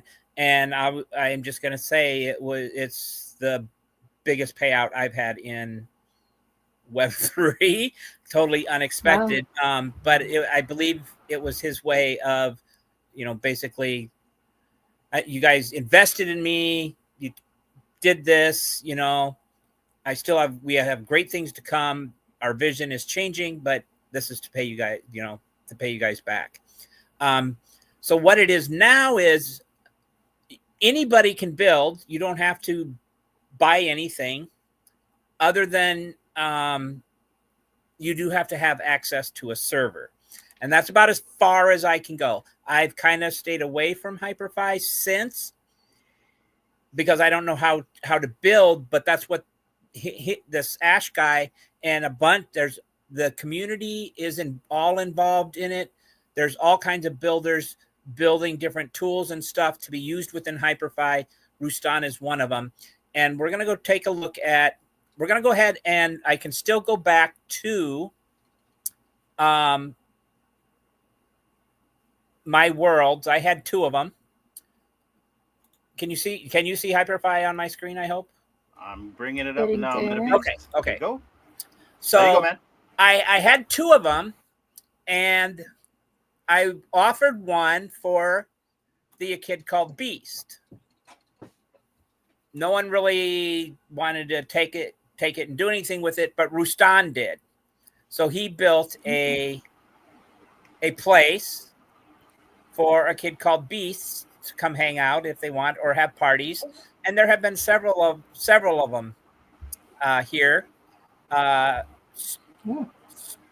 Stony Eye, who's I know from Decentraland, also I know Rustan from there, is a DJ. He's DJ'd into the metaverse many times. He's performed here.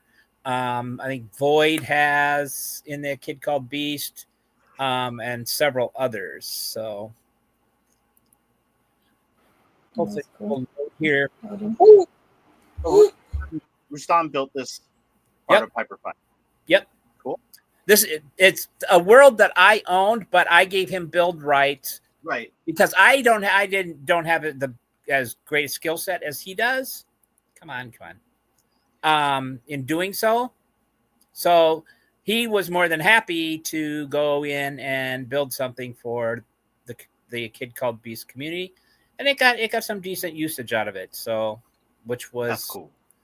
What I wanted, since I wasn't doing anything exciting with it. I didn't want it to go to waste. And it's so cool that you have that relationship with him. And I got to admit that I enjoyed that interview that we did with him last week, Friday. A lot of it was very inspirational for me as a creative, especially like pushing your limits on what you can do. And I got to give him credit because I don't think I would have done what I did with my movie if I didn't have that interview with him on Friday with you guys. Nice.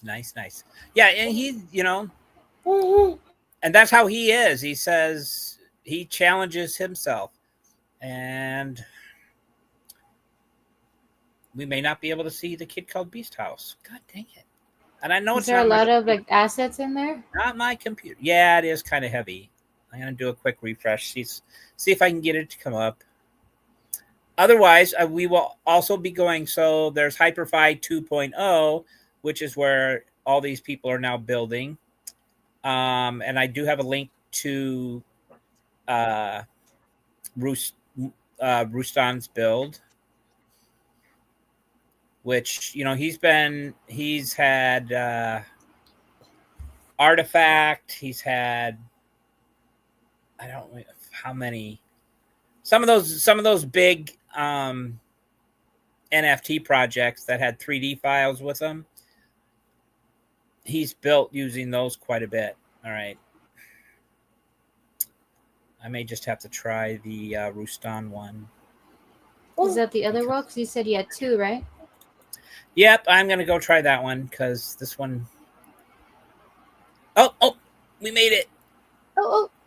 Is that a key? He's got the key. Yay, but it's probably going to be jumpy. Streaming, so... It's okay. Ooh, nice. Oh, let's go. So That. he built... What for those of you that were in Kid Called Beast, there was a whole thing with keys and stuff. So that's why that's up there. When you come here, even if you don't have a beast, you are able to click on one of these guys here. Oh, is Stony Eye there now? No, that's an NPC. That's his beast. Oh, okay, his beast. I think I can talk to him. Well,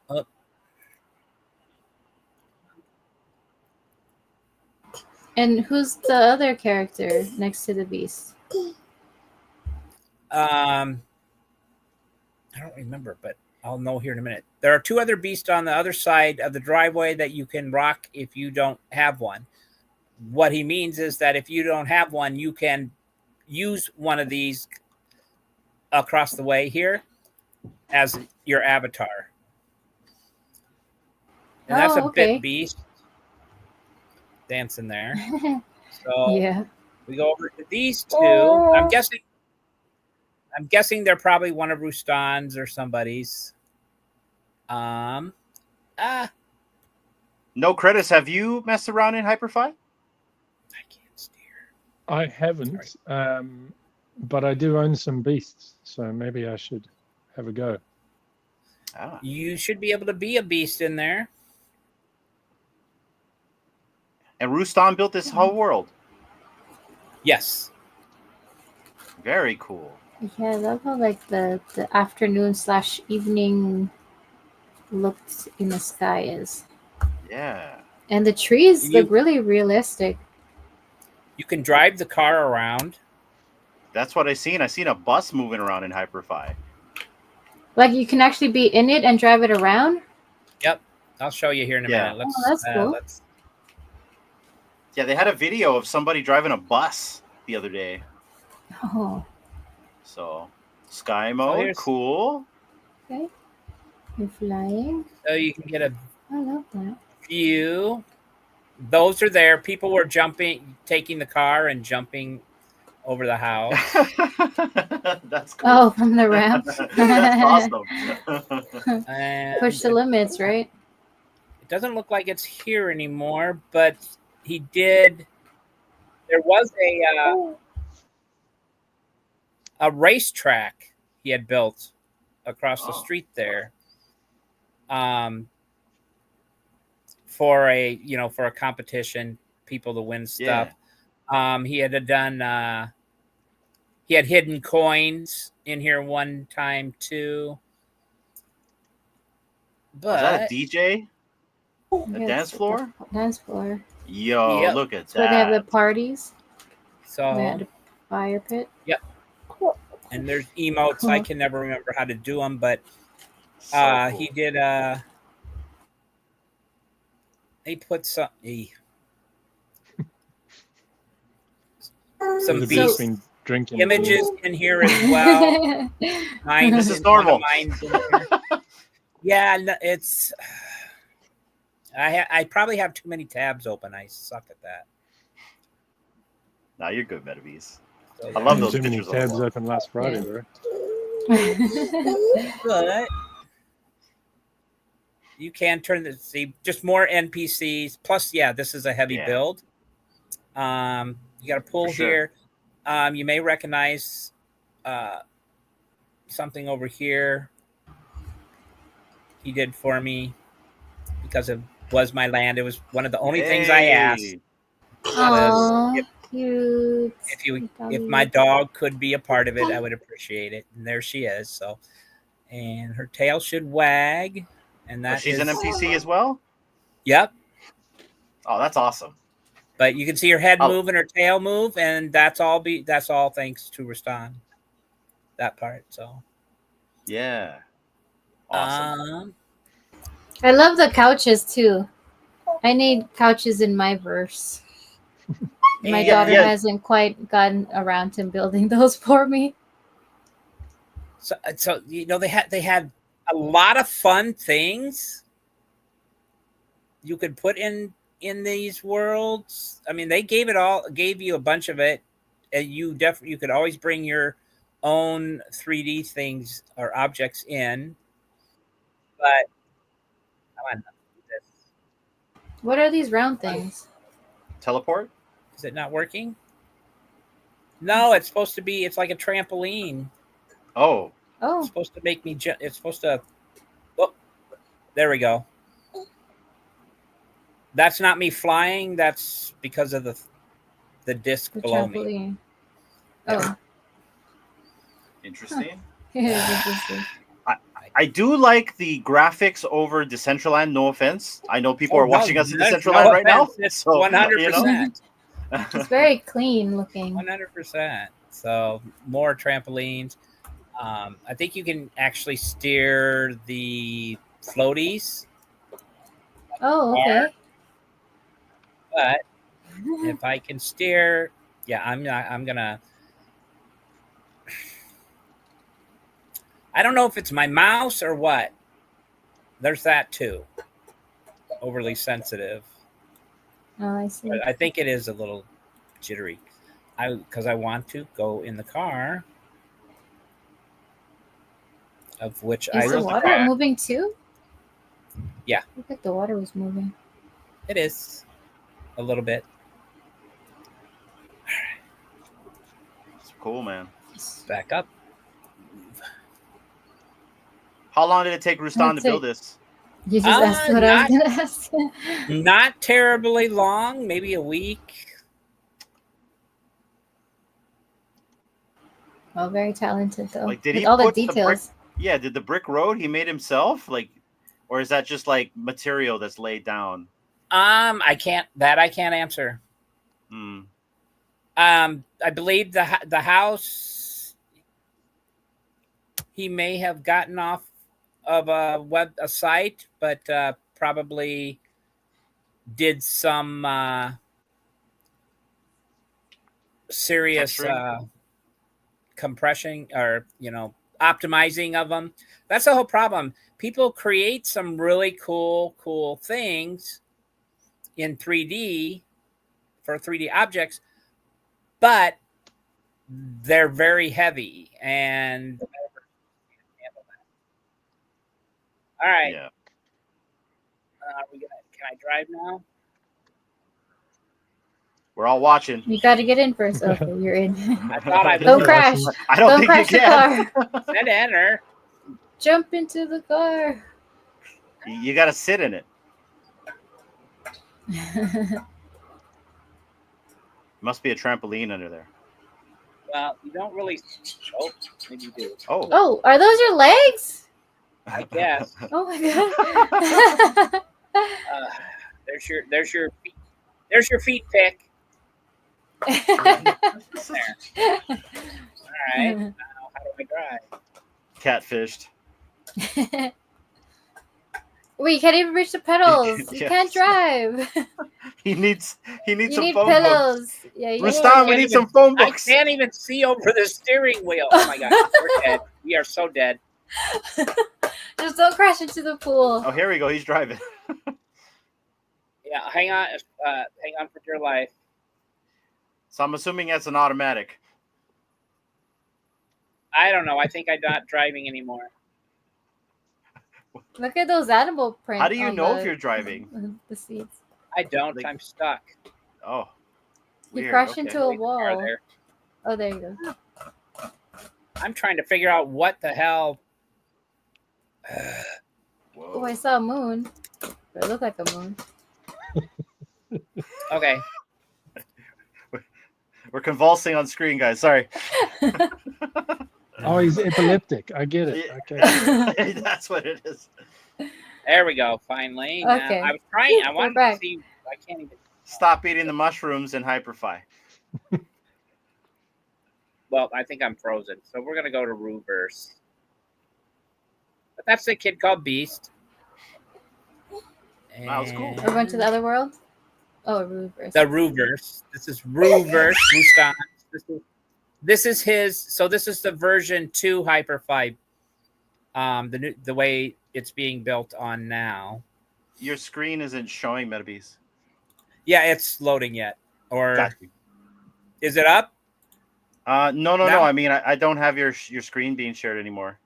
Oh, I see that. Where are we? Here we go. Little YouTubery, everyone. I appreciate everyone watching today on the replay or the live. We have 200 plus people watching right now. And if you see me sinking, guys, that's my chair breaking right here. You know what I mean? I'm actually Hydraulics need to be replaced. This is pretty bad. You know what I mean? I'm getting smaller. So, gosh. I don't know. Just No as credits. bad Were you as going to say something? Metabeast. No credits. I'm sorry. It's No, like- not at all, actually. I thought it getting was just really entertained. funny that you were singing. I was just talking to you. All of a sudden, this thing just starts going down. I'm like, what is happening? It's like, You know, This that's is not a cheap reenacting chair. the driving. I was actually trying to see if New Zealand was on your globe. That was the graphic in the background. Oh, Oh. it could be. It could be. We can see right here. Let's see. Is it? There's Africa. Let's see. South America. The Great coming Pacific. close. You see it? Nope. Africa right Don't there. see it. There's Australia. New Yeah, Zealand is more down. It's to the Oh. right and lower Yeah. than Australia, but yeah, If I you didn't ask see it. It's not IKEA, part of it. It's not even Hawaii. if you ask You're too IKEA, tiny. New Zealand doesn't exist. I can't. Well, if you ask any place around the United States, our address does not exist because we live in a reservation, so I can't get anything here. Yeah. Yeah. It sucks. Okay, here we go. Metabeast happened? is back. So There yeah, he is. I think it's Clone X is Ooh. one of them. I was trying to think of. People who had a Clone X, they got these pods or something. I believe that's what these are from. That he brought in, and These guys humanoids. Huh. This is such a very clean house or space. Yeah, I it's wish very my house was futuristic. clean. Yeah. Okay, here we go. I'm gonna put that on. Is that a dojo kid? Equip. Oh, so you can. Whip, What does it yeah. mean by equip? You can become them. So Yeah, E. it's like the beasts at the beast Oh, okay. house. That, Yeah. but be only while nice. you're here. It's not something you get to take with you. Be Yeah. nice to your keyboard, Metabeast. I hear you pounding. Yeah, because I'm trying to. What was the noise, Bildo? Oomph. I don't know how to change my own avatar. Use my own avatar. Like I said, I haven't. I only been in here a couple of times since they've started the change. Yeah. Just because I knew I don't know anything about servers and whatnot. But you But can. Look at some Nikes. This seems to be kind of like the new talk of the town for you folks. What's that? The Hyperfy? Hyperfy? Yeah. Not really. It's No. been around for quite a while. It's got. So wrecked. Rekt. REKT. But there has been. So when Hyperfy did come out, there were a lot of people from Decentraland who bought worlds, and there were a lot of people were doing portals from maybe their land in Decentraland to a Hyperfy world, and there were many crossover events. That's cool. Yeah, I was the host of a Metaverse DJ battle for a while, and one of the there might have been a couple of them, but at least one of them there was someone performed at Rustan's place in Hyperfy, the island he had that he mentioned, and then everybody could just walk through the portal to Decentraland to the next location where the next performer was. Yeah, see, that'll be nice And- to have that in other worlds. Yep, and I know there's been crossovers with Monaverse, and Spatial, with as far as with Decentraland. And actually, I think one of the first music festivals, Metaverse music festivals, was a collaboration between Crypto Voxels, if you recall, we went there, and Decentraland as well. Okay. So what is this, like a den? Area? it's in a game room? and Is book there like a centralized hub where the people's at? No. These are all like home spaces of your own that you decorate and you add your assets in? Yes. Okay. Now, I happened to mention in the Hyperfy Discord one day, so I don't know if it might become something. I think somebody was talking about a monorail or a train or something. I said, it'd be cool if you could like ride a train and from one location to the next and see the other worlds that exist out the window that exist in between. Oh yeah, that would be a cool concept. But otherwise, wow. I wish I could remember what all he said, because he was interviewed by a group called the WIP, WIP. They do Metaverse meetups on every Thursday.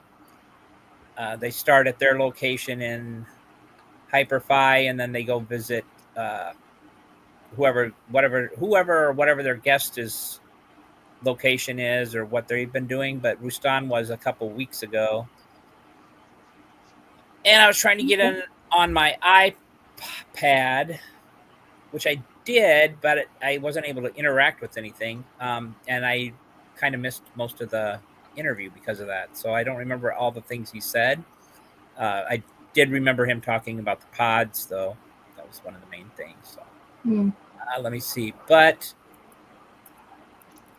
And I had asked people in the Discord as well if they wanted to give me some links to their worlds to visit. Not really anybody gave them to me. So one person just said, this is where, I mean, I don't know if this is going to remain or not, but this is where you could go find the different worlds. It's just the hyperfy.io.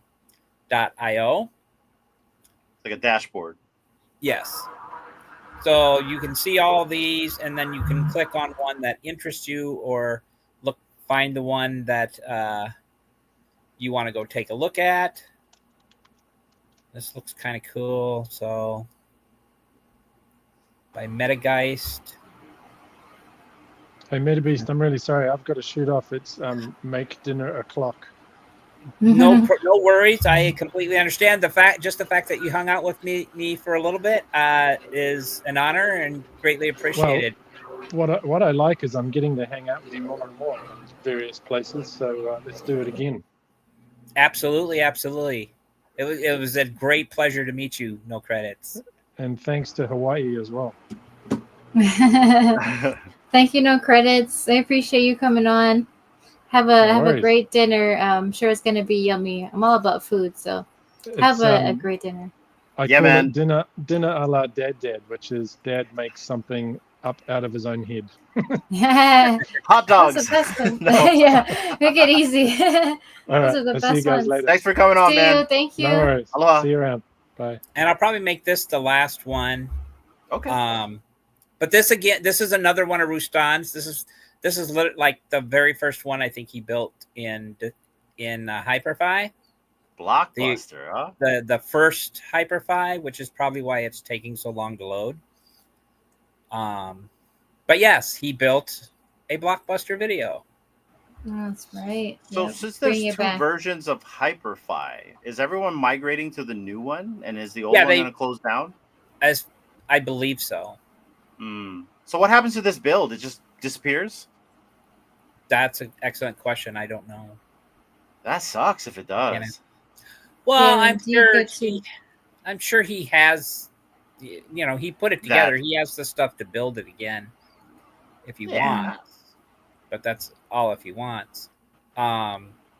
He'll still have access to go back and just see and check out what he built first as like nostalgia, I guess. Because I don't know what server all these are on, like the A Kid Called Beast one.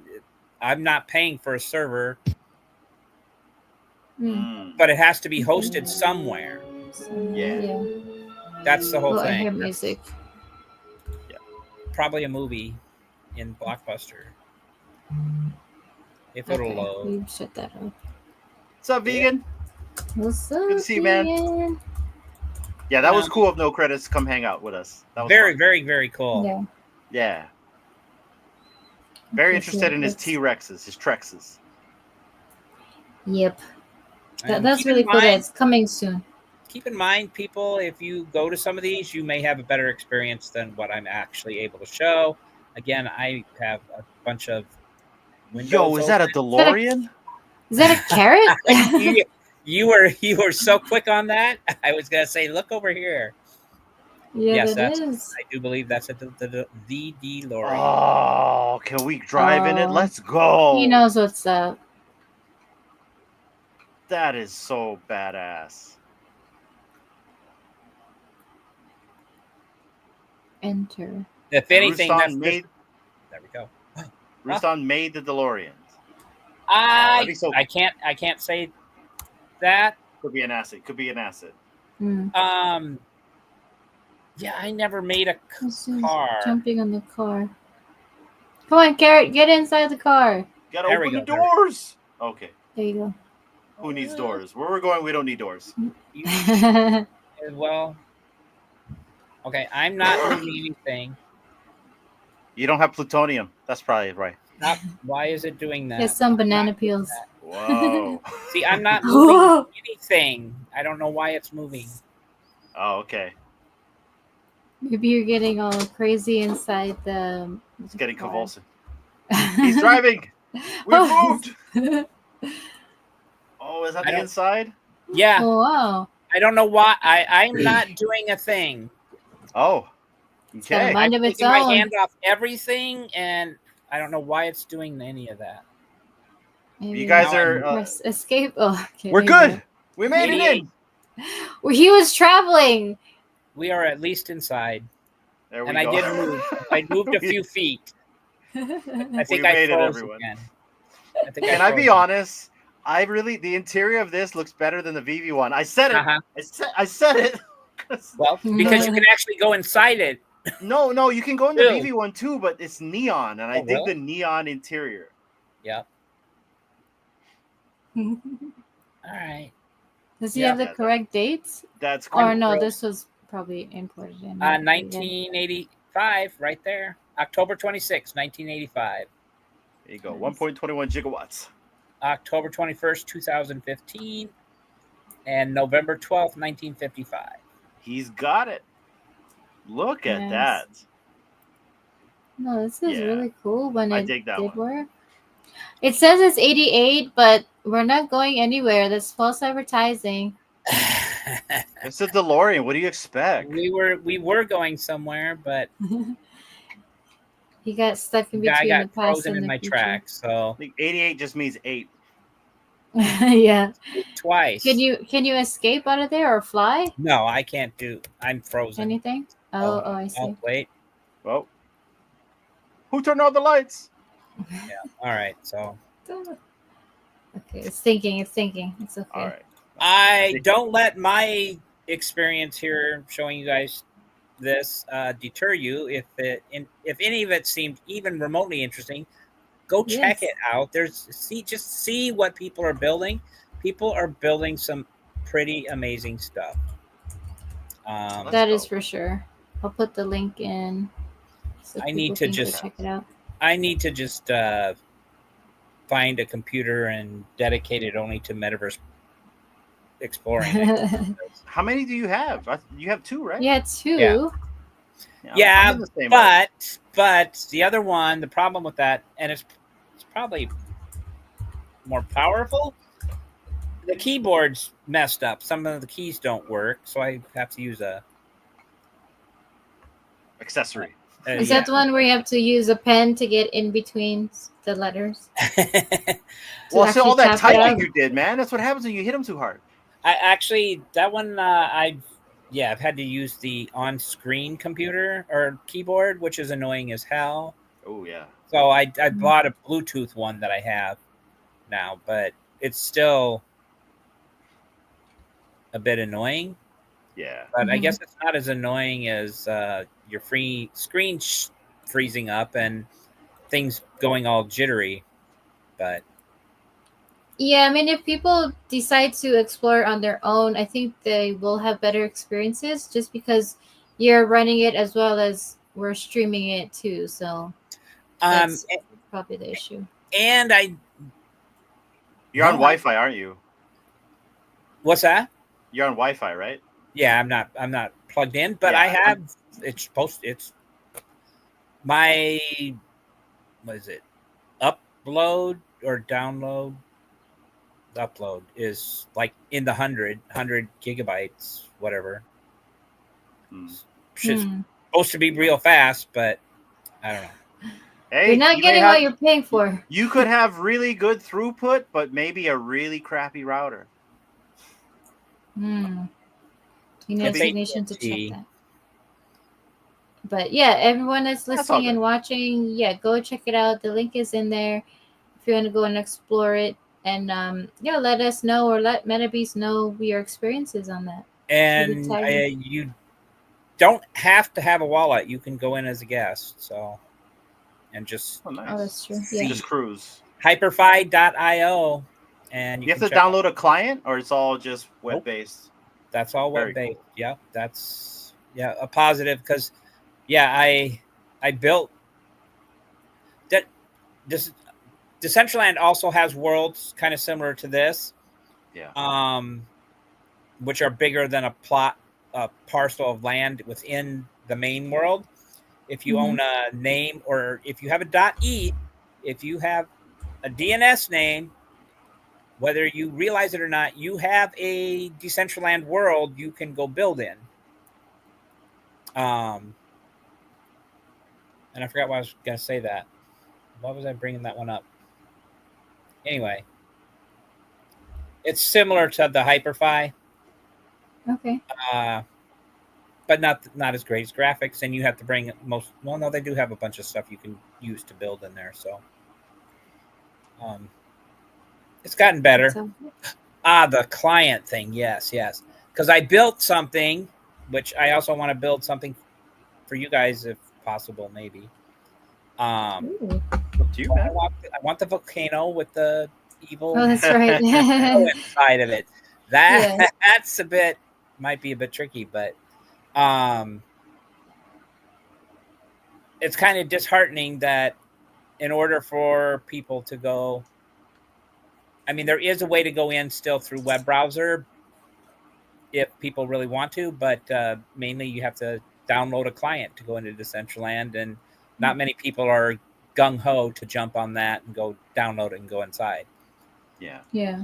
They're more apt if, whether, even though we talk about don't click on links you don't know, which don't, but if you do know the person and believe you wouldn't know Yeah, but them you well. still got to click a link to download a client too, right? That too, yeah. So Yeah. Very true. there is that. Yeah. It's kind of Well- disheartening because, you know, you built this for whatever reason and it's not going to really get much use, but it was still fun doing. Yeah, And Yeah. it's like my VVverse. Nobody's in there. So and I'm one to start building something anyway and then tear it down and start over and go a different direction all the time. So there's that too. True. yeah, I'm the same way. I have like maybe 5 verses, and I build it and I walk away and I make another one, and I don't put anything in it too. I just like building the homes and I walk away. So and you spend hours building the thing. You're like, yes, it's how I wanted it. Okay, bye. You know, and you go build it again. So Yeah. You So can just make a bunch of those and just invite people to come and view them. yeah, Viewing party. casuals build a lot of nice ones. I'll say that. Yeah. casual's Yeah. good at the VVverse stuff. Yeah. Yeah. Well, he's one of his and yours are probably the few that I have seen, which is good. Yeah. And good enough for me anyway. So I should give you some more invitations, and then you can do a virtual destination there. Well, there you we go. will be sometime soon. So Yeah. If I can get you invites, would you want to do a virtual destination? yeah, of there? course. Yeah, because I'm pretty sure I can get you a bunch of invites. It's a plan. It's a plan. I just haven't decided when. There's Just tell me one. when.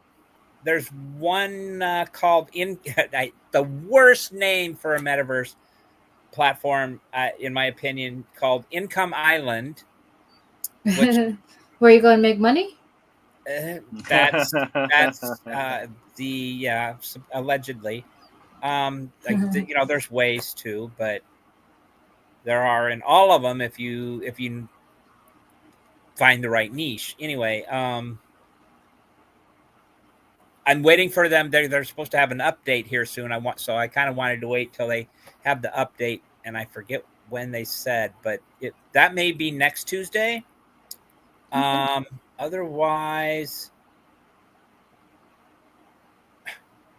I still got trying to figure out if OnCyber is even open or not. Somebody said they closed. Somebody else said no, they're still open. I got in there, but now I can't get back in there. It's weird, really weird. And then there's Metaverse and Spatial yet. I don't remember what else. There's Blocktopia, TCG, which is Cardano, Expector, which is XRP yet. So there's still a few lots more places, Readyverse and whatnot yet. So, but we'll do the Readyverse here pretty soon. If not Income Island next week, then we'll go ahead and I'll let you know as soon as I can, and we'll go VB. Yeah, let me know. Get those right. invites. So once again, thanks. Very cool. Oh, and do you guys have any questions that I probably can't answer, but we'll try? No, but I really No, did it's good. enjoy Hyperfy in terms of what it looked like from my perspective. I know we were having some janky issues with the computer, but that's okay. You know, I like that you can drive in it. I dug the Blockbuster, you know, world. I love the DeLorean. So I like what you can do there. And you know, maybe I'll come and check it out because I can. I can pretty much guarantee you'll have a better experience than what I was able to show. Got you. I mean, Yeah. So, I mean, besides that one, Substrata was the other one that I really enjoyed. Those were the two worlds that I think I would be able to like experience and have fun in. For me personally, I kind of agree with that. I can definitely see that. So, most freedom. Zombies still aren't back in The Man Who Sold the World. I don't, from what I heard. Oh yeah, that's and right. they're Well, growing. I have plans to like build, because we have Altered State. I want to make a panda bear. I don't know if you've seen our panda bear, but No. we have a panda bear. You've never seen the panda bear? I don't think so. I'm going to show you the panda bear. My whole before we thing's been leave. stuck on the whole volcano with the studio. and stuff. Well, I'll show you this panda bear before we leave, though. So how about we close out your segment? All right. Once again, thanks everyone for being here. If anybody, you could feel free to hit me up if you're interested in any of these, and I can. If I don't know the answers, I can tell you where to find them, and I'm always willing to help walk people through going into one of these if they want to. I know sometimes people like to just do it themselves. I'm kind of that way myself, but if you ever want to, I'm more than happy. Otherwise, thanks again, and be safe, be well, and be you. Virtual destinations come ride the wave. Metabeast is blazing through the Web3 craze. Infinite realms where the future's alive. Dive into the meta where adventure thrives. Okay, before That we was go, awesome. we have to show Metabeast Panda. the panda. The Yes. panda who is now True Media's mascot, if I can find it. Here we go. This is the trailer to Polly the Panda. Yo, Paulie the Panda here. Subscribe to True Media Group, brah. Riding these waves like a damn boss before I wipe out with the fishes. Polly the panda bra, living super wild in Hawaii with that big panda smile. Planes crashing down, but he's still gonna shred, chasing all the babes. Got that island cred. Polly riding Maui's crazy vibe, smoking that while we surfing high fives, blogging all the fun. He's the panda with flair, yo. Polly's the king, rocking everywhere.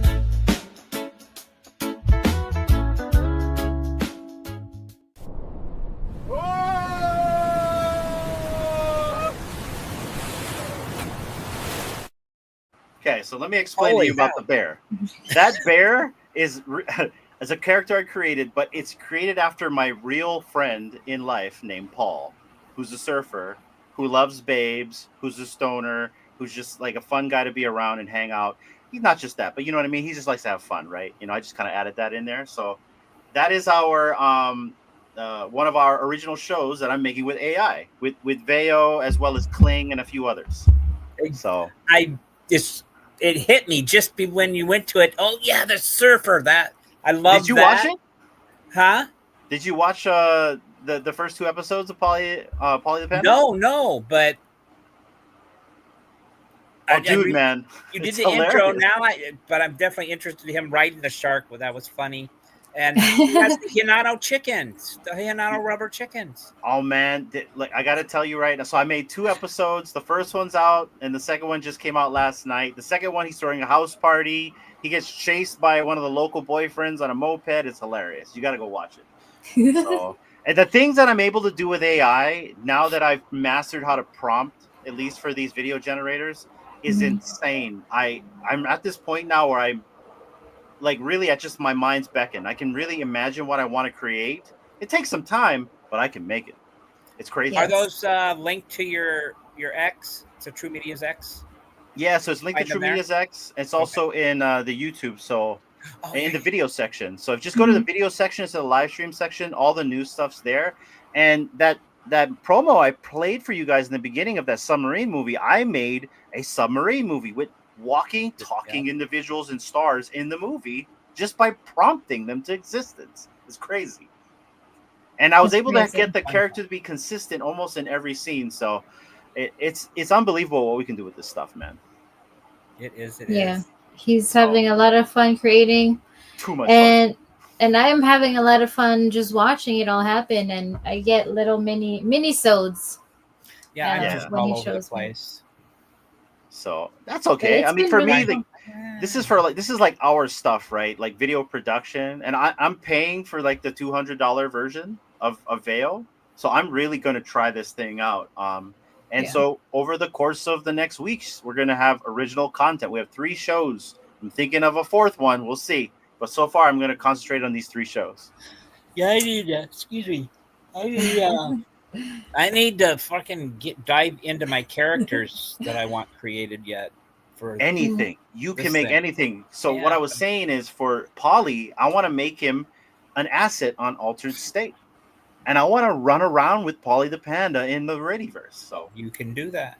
I'm going to definitely he'll do that. fit right in for sure. See, I'm everywhere with my commercials I've been making. Yeah, I love those.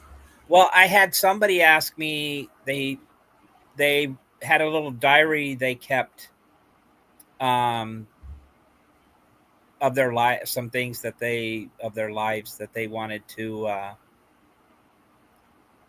share with people and have it read. They didn't want to read it, be the voice to it. Well, actually, funny thing is they sent me about 30 to 45 minutes of them saying something for me to clone their voice in order to be the voice that actually reads it. So, I get that kind of stuff all the time, and then I forget about my characters I want to go play with, or shiny all the time, shiny squirrel. I got something for you. I love your tank towel commercial. It'd be so cool for you if you created a Veo video of testimonials of people trying the tank towel. Now, obviously, we don't want to see them try it, but you'd be like, they're all like, the tank towel feels so good. It's nice and tingly. You know what I mean? I love the minty fresh.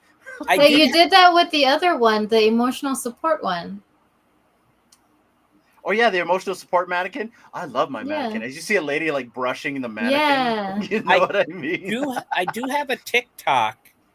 Oh, I forget how I created it. It's not me on TikTok, or it was done with AI, but it's done in style of TikTok.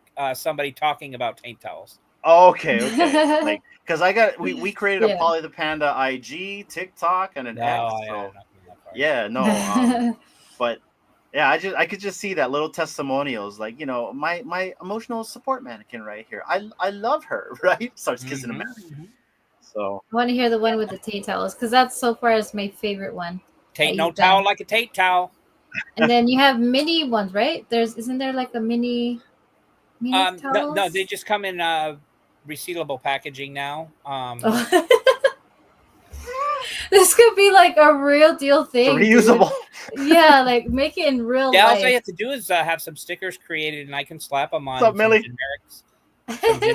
And I've actually, Landy got me looking in that direction, just for fun, anyway. If anything. So yeah, cool. Like those websites where you can get like your initials, like is it called monogram, where you have your initials like on bridal wear or whatever, but instead of those, like the bag, like wet wipes, but the blank, like a blank canvas, and you can customize and put your own logo and sell those freaking tank towels. Well, that's what they do with some of the generic stuff. They're made by somebody else, and then they just get their sticker slapped on it. So, you know what I want to do? I'm gonna make an episode of Polly the Panda in a train, yelling "root root," going down some pineapples. Like a pineapple field. Upside down. Oh, like the Dole plantation. Like the Dole plantation, yeah. Oh, not upside down ones. Could be. We could do anything. Not on pizza, that's for sure. Yeah, not on pizza. I no offense. I know some people like pineapples on pizza, but I'm gonna tell you now, no Hawaiian likes pineapple on pizza. Not here. No Hawaiian. Yeah. That's why. Anyways. Anyway, let's close it out. Yeah. Metabeast, final thoughts, and then Hinano after. Just be safe out there. Just be safe out there. So, and help keep others informed about any funny business of going on out in the spaces. Thanks everyone for being here, and appreciate it. You too. Thank you. Of course. Appreciate you, Metabeast. Thanks for always coming and showing us around the metaverses and just hanging out, and just being here every single week. It's been a real pleasure just having you on with us. makes it really interesting too. And I just love your little quirks. That's so funny. Well, I hope you realize this is your show as well, right? This is really Yeah. part of your show as well. So Yes, 100%. Metabeast can invite whoever he wants on. He don't even have to tell us. Just bring them. We don't care. Yeah, it's Yeah, an invitation. so I'll put as that long out as you're there not a too. dick. Oh, come on, that might be fun. Well, okay. Then we You can know, all that's gang the up. wife's Then we rules. can gang up on them. We can gang up on them. Whoa, pause. Anyway, So yeah, True Media has you know, their open door policy. If anybody wants to come on and go along, more than welcome to. So Yes, 100%. Hey, Crypto speaking of magic, Crypto Magic Hour. Hey, what? you're just in time for us to close. Yeah. Let's go. Say I it, wonder say what he's it. gonna say. What's the last word? Come on. Let's go, Come on, Crypto Magic. Futureverse. Let's go. You got one more. Let's go. Hey, Okay, I don't you can't care. just write I'll F I'll because take that's it. like a flat tire. Yeah, I'll let's go. take it. I'll take it. Great space, by the way, Dave. Really enjoyed it today. It was awesome. Yes. Yeah. Hinano, closing thoughts. Closing thoughts. Well, thanks guys for coming on. We really appreciate everyone for tuning in every single Tuesday. I'm excited at this entire space. I'm excited where we're going. I'm excited for Futureverse as well as the other projects out here cooking. I think there's a lot of positive tailwinds for all of us, even with everything going on in the background. I know we got a lot of shit going on, but you know, once we cut through all that noise, I think we're all going to be better off. I need to run this because I know we talked a lot about things that we shouldn't. So, all right, I feel better now. But yeah, thanks everyone for coming on. Oh, and Bildo's still here. Appreciate Mr. you. Green. And yeah, thank you once again, Bildo and No Credits for coming on. Hey, look what Dave said.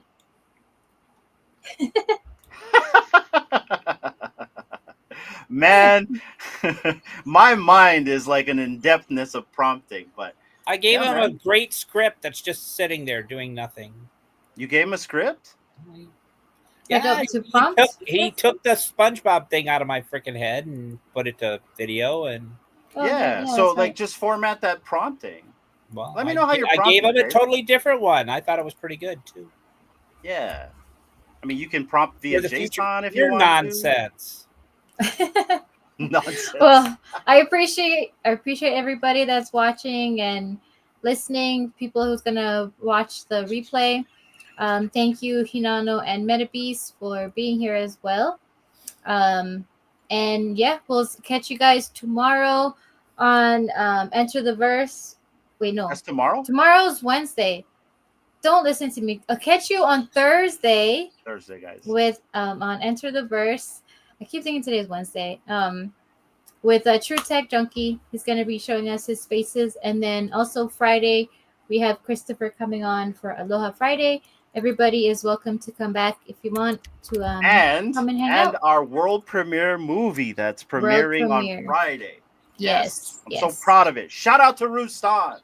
Yes, shout out to Rustan, who was our special guest last week Friday. Yeah. And yeah, thank you everybody for being here. We'll catch you in the next show, next space, and take care until next time. Bye.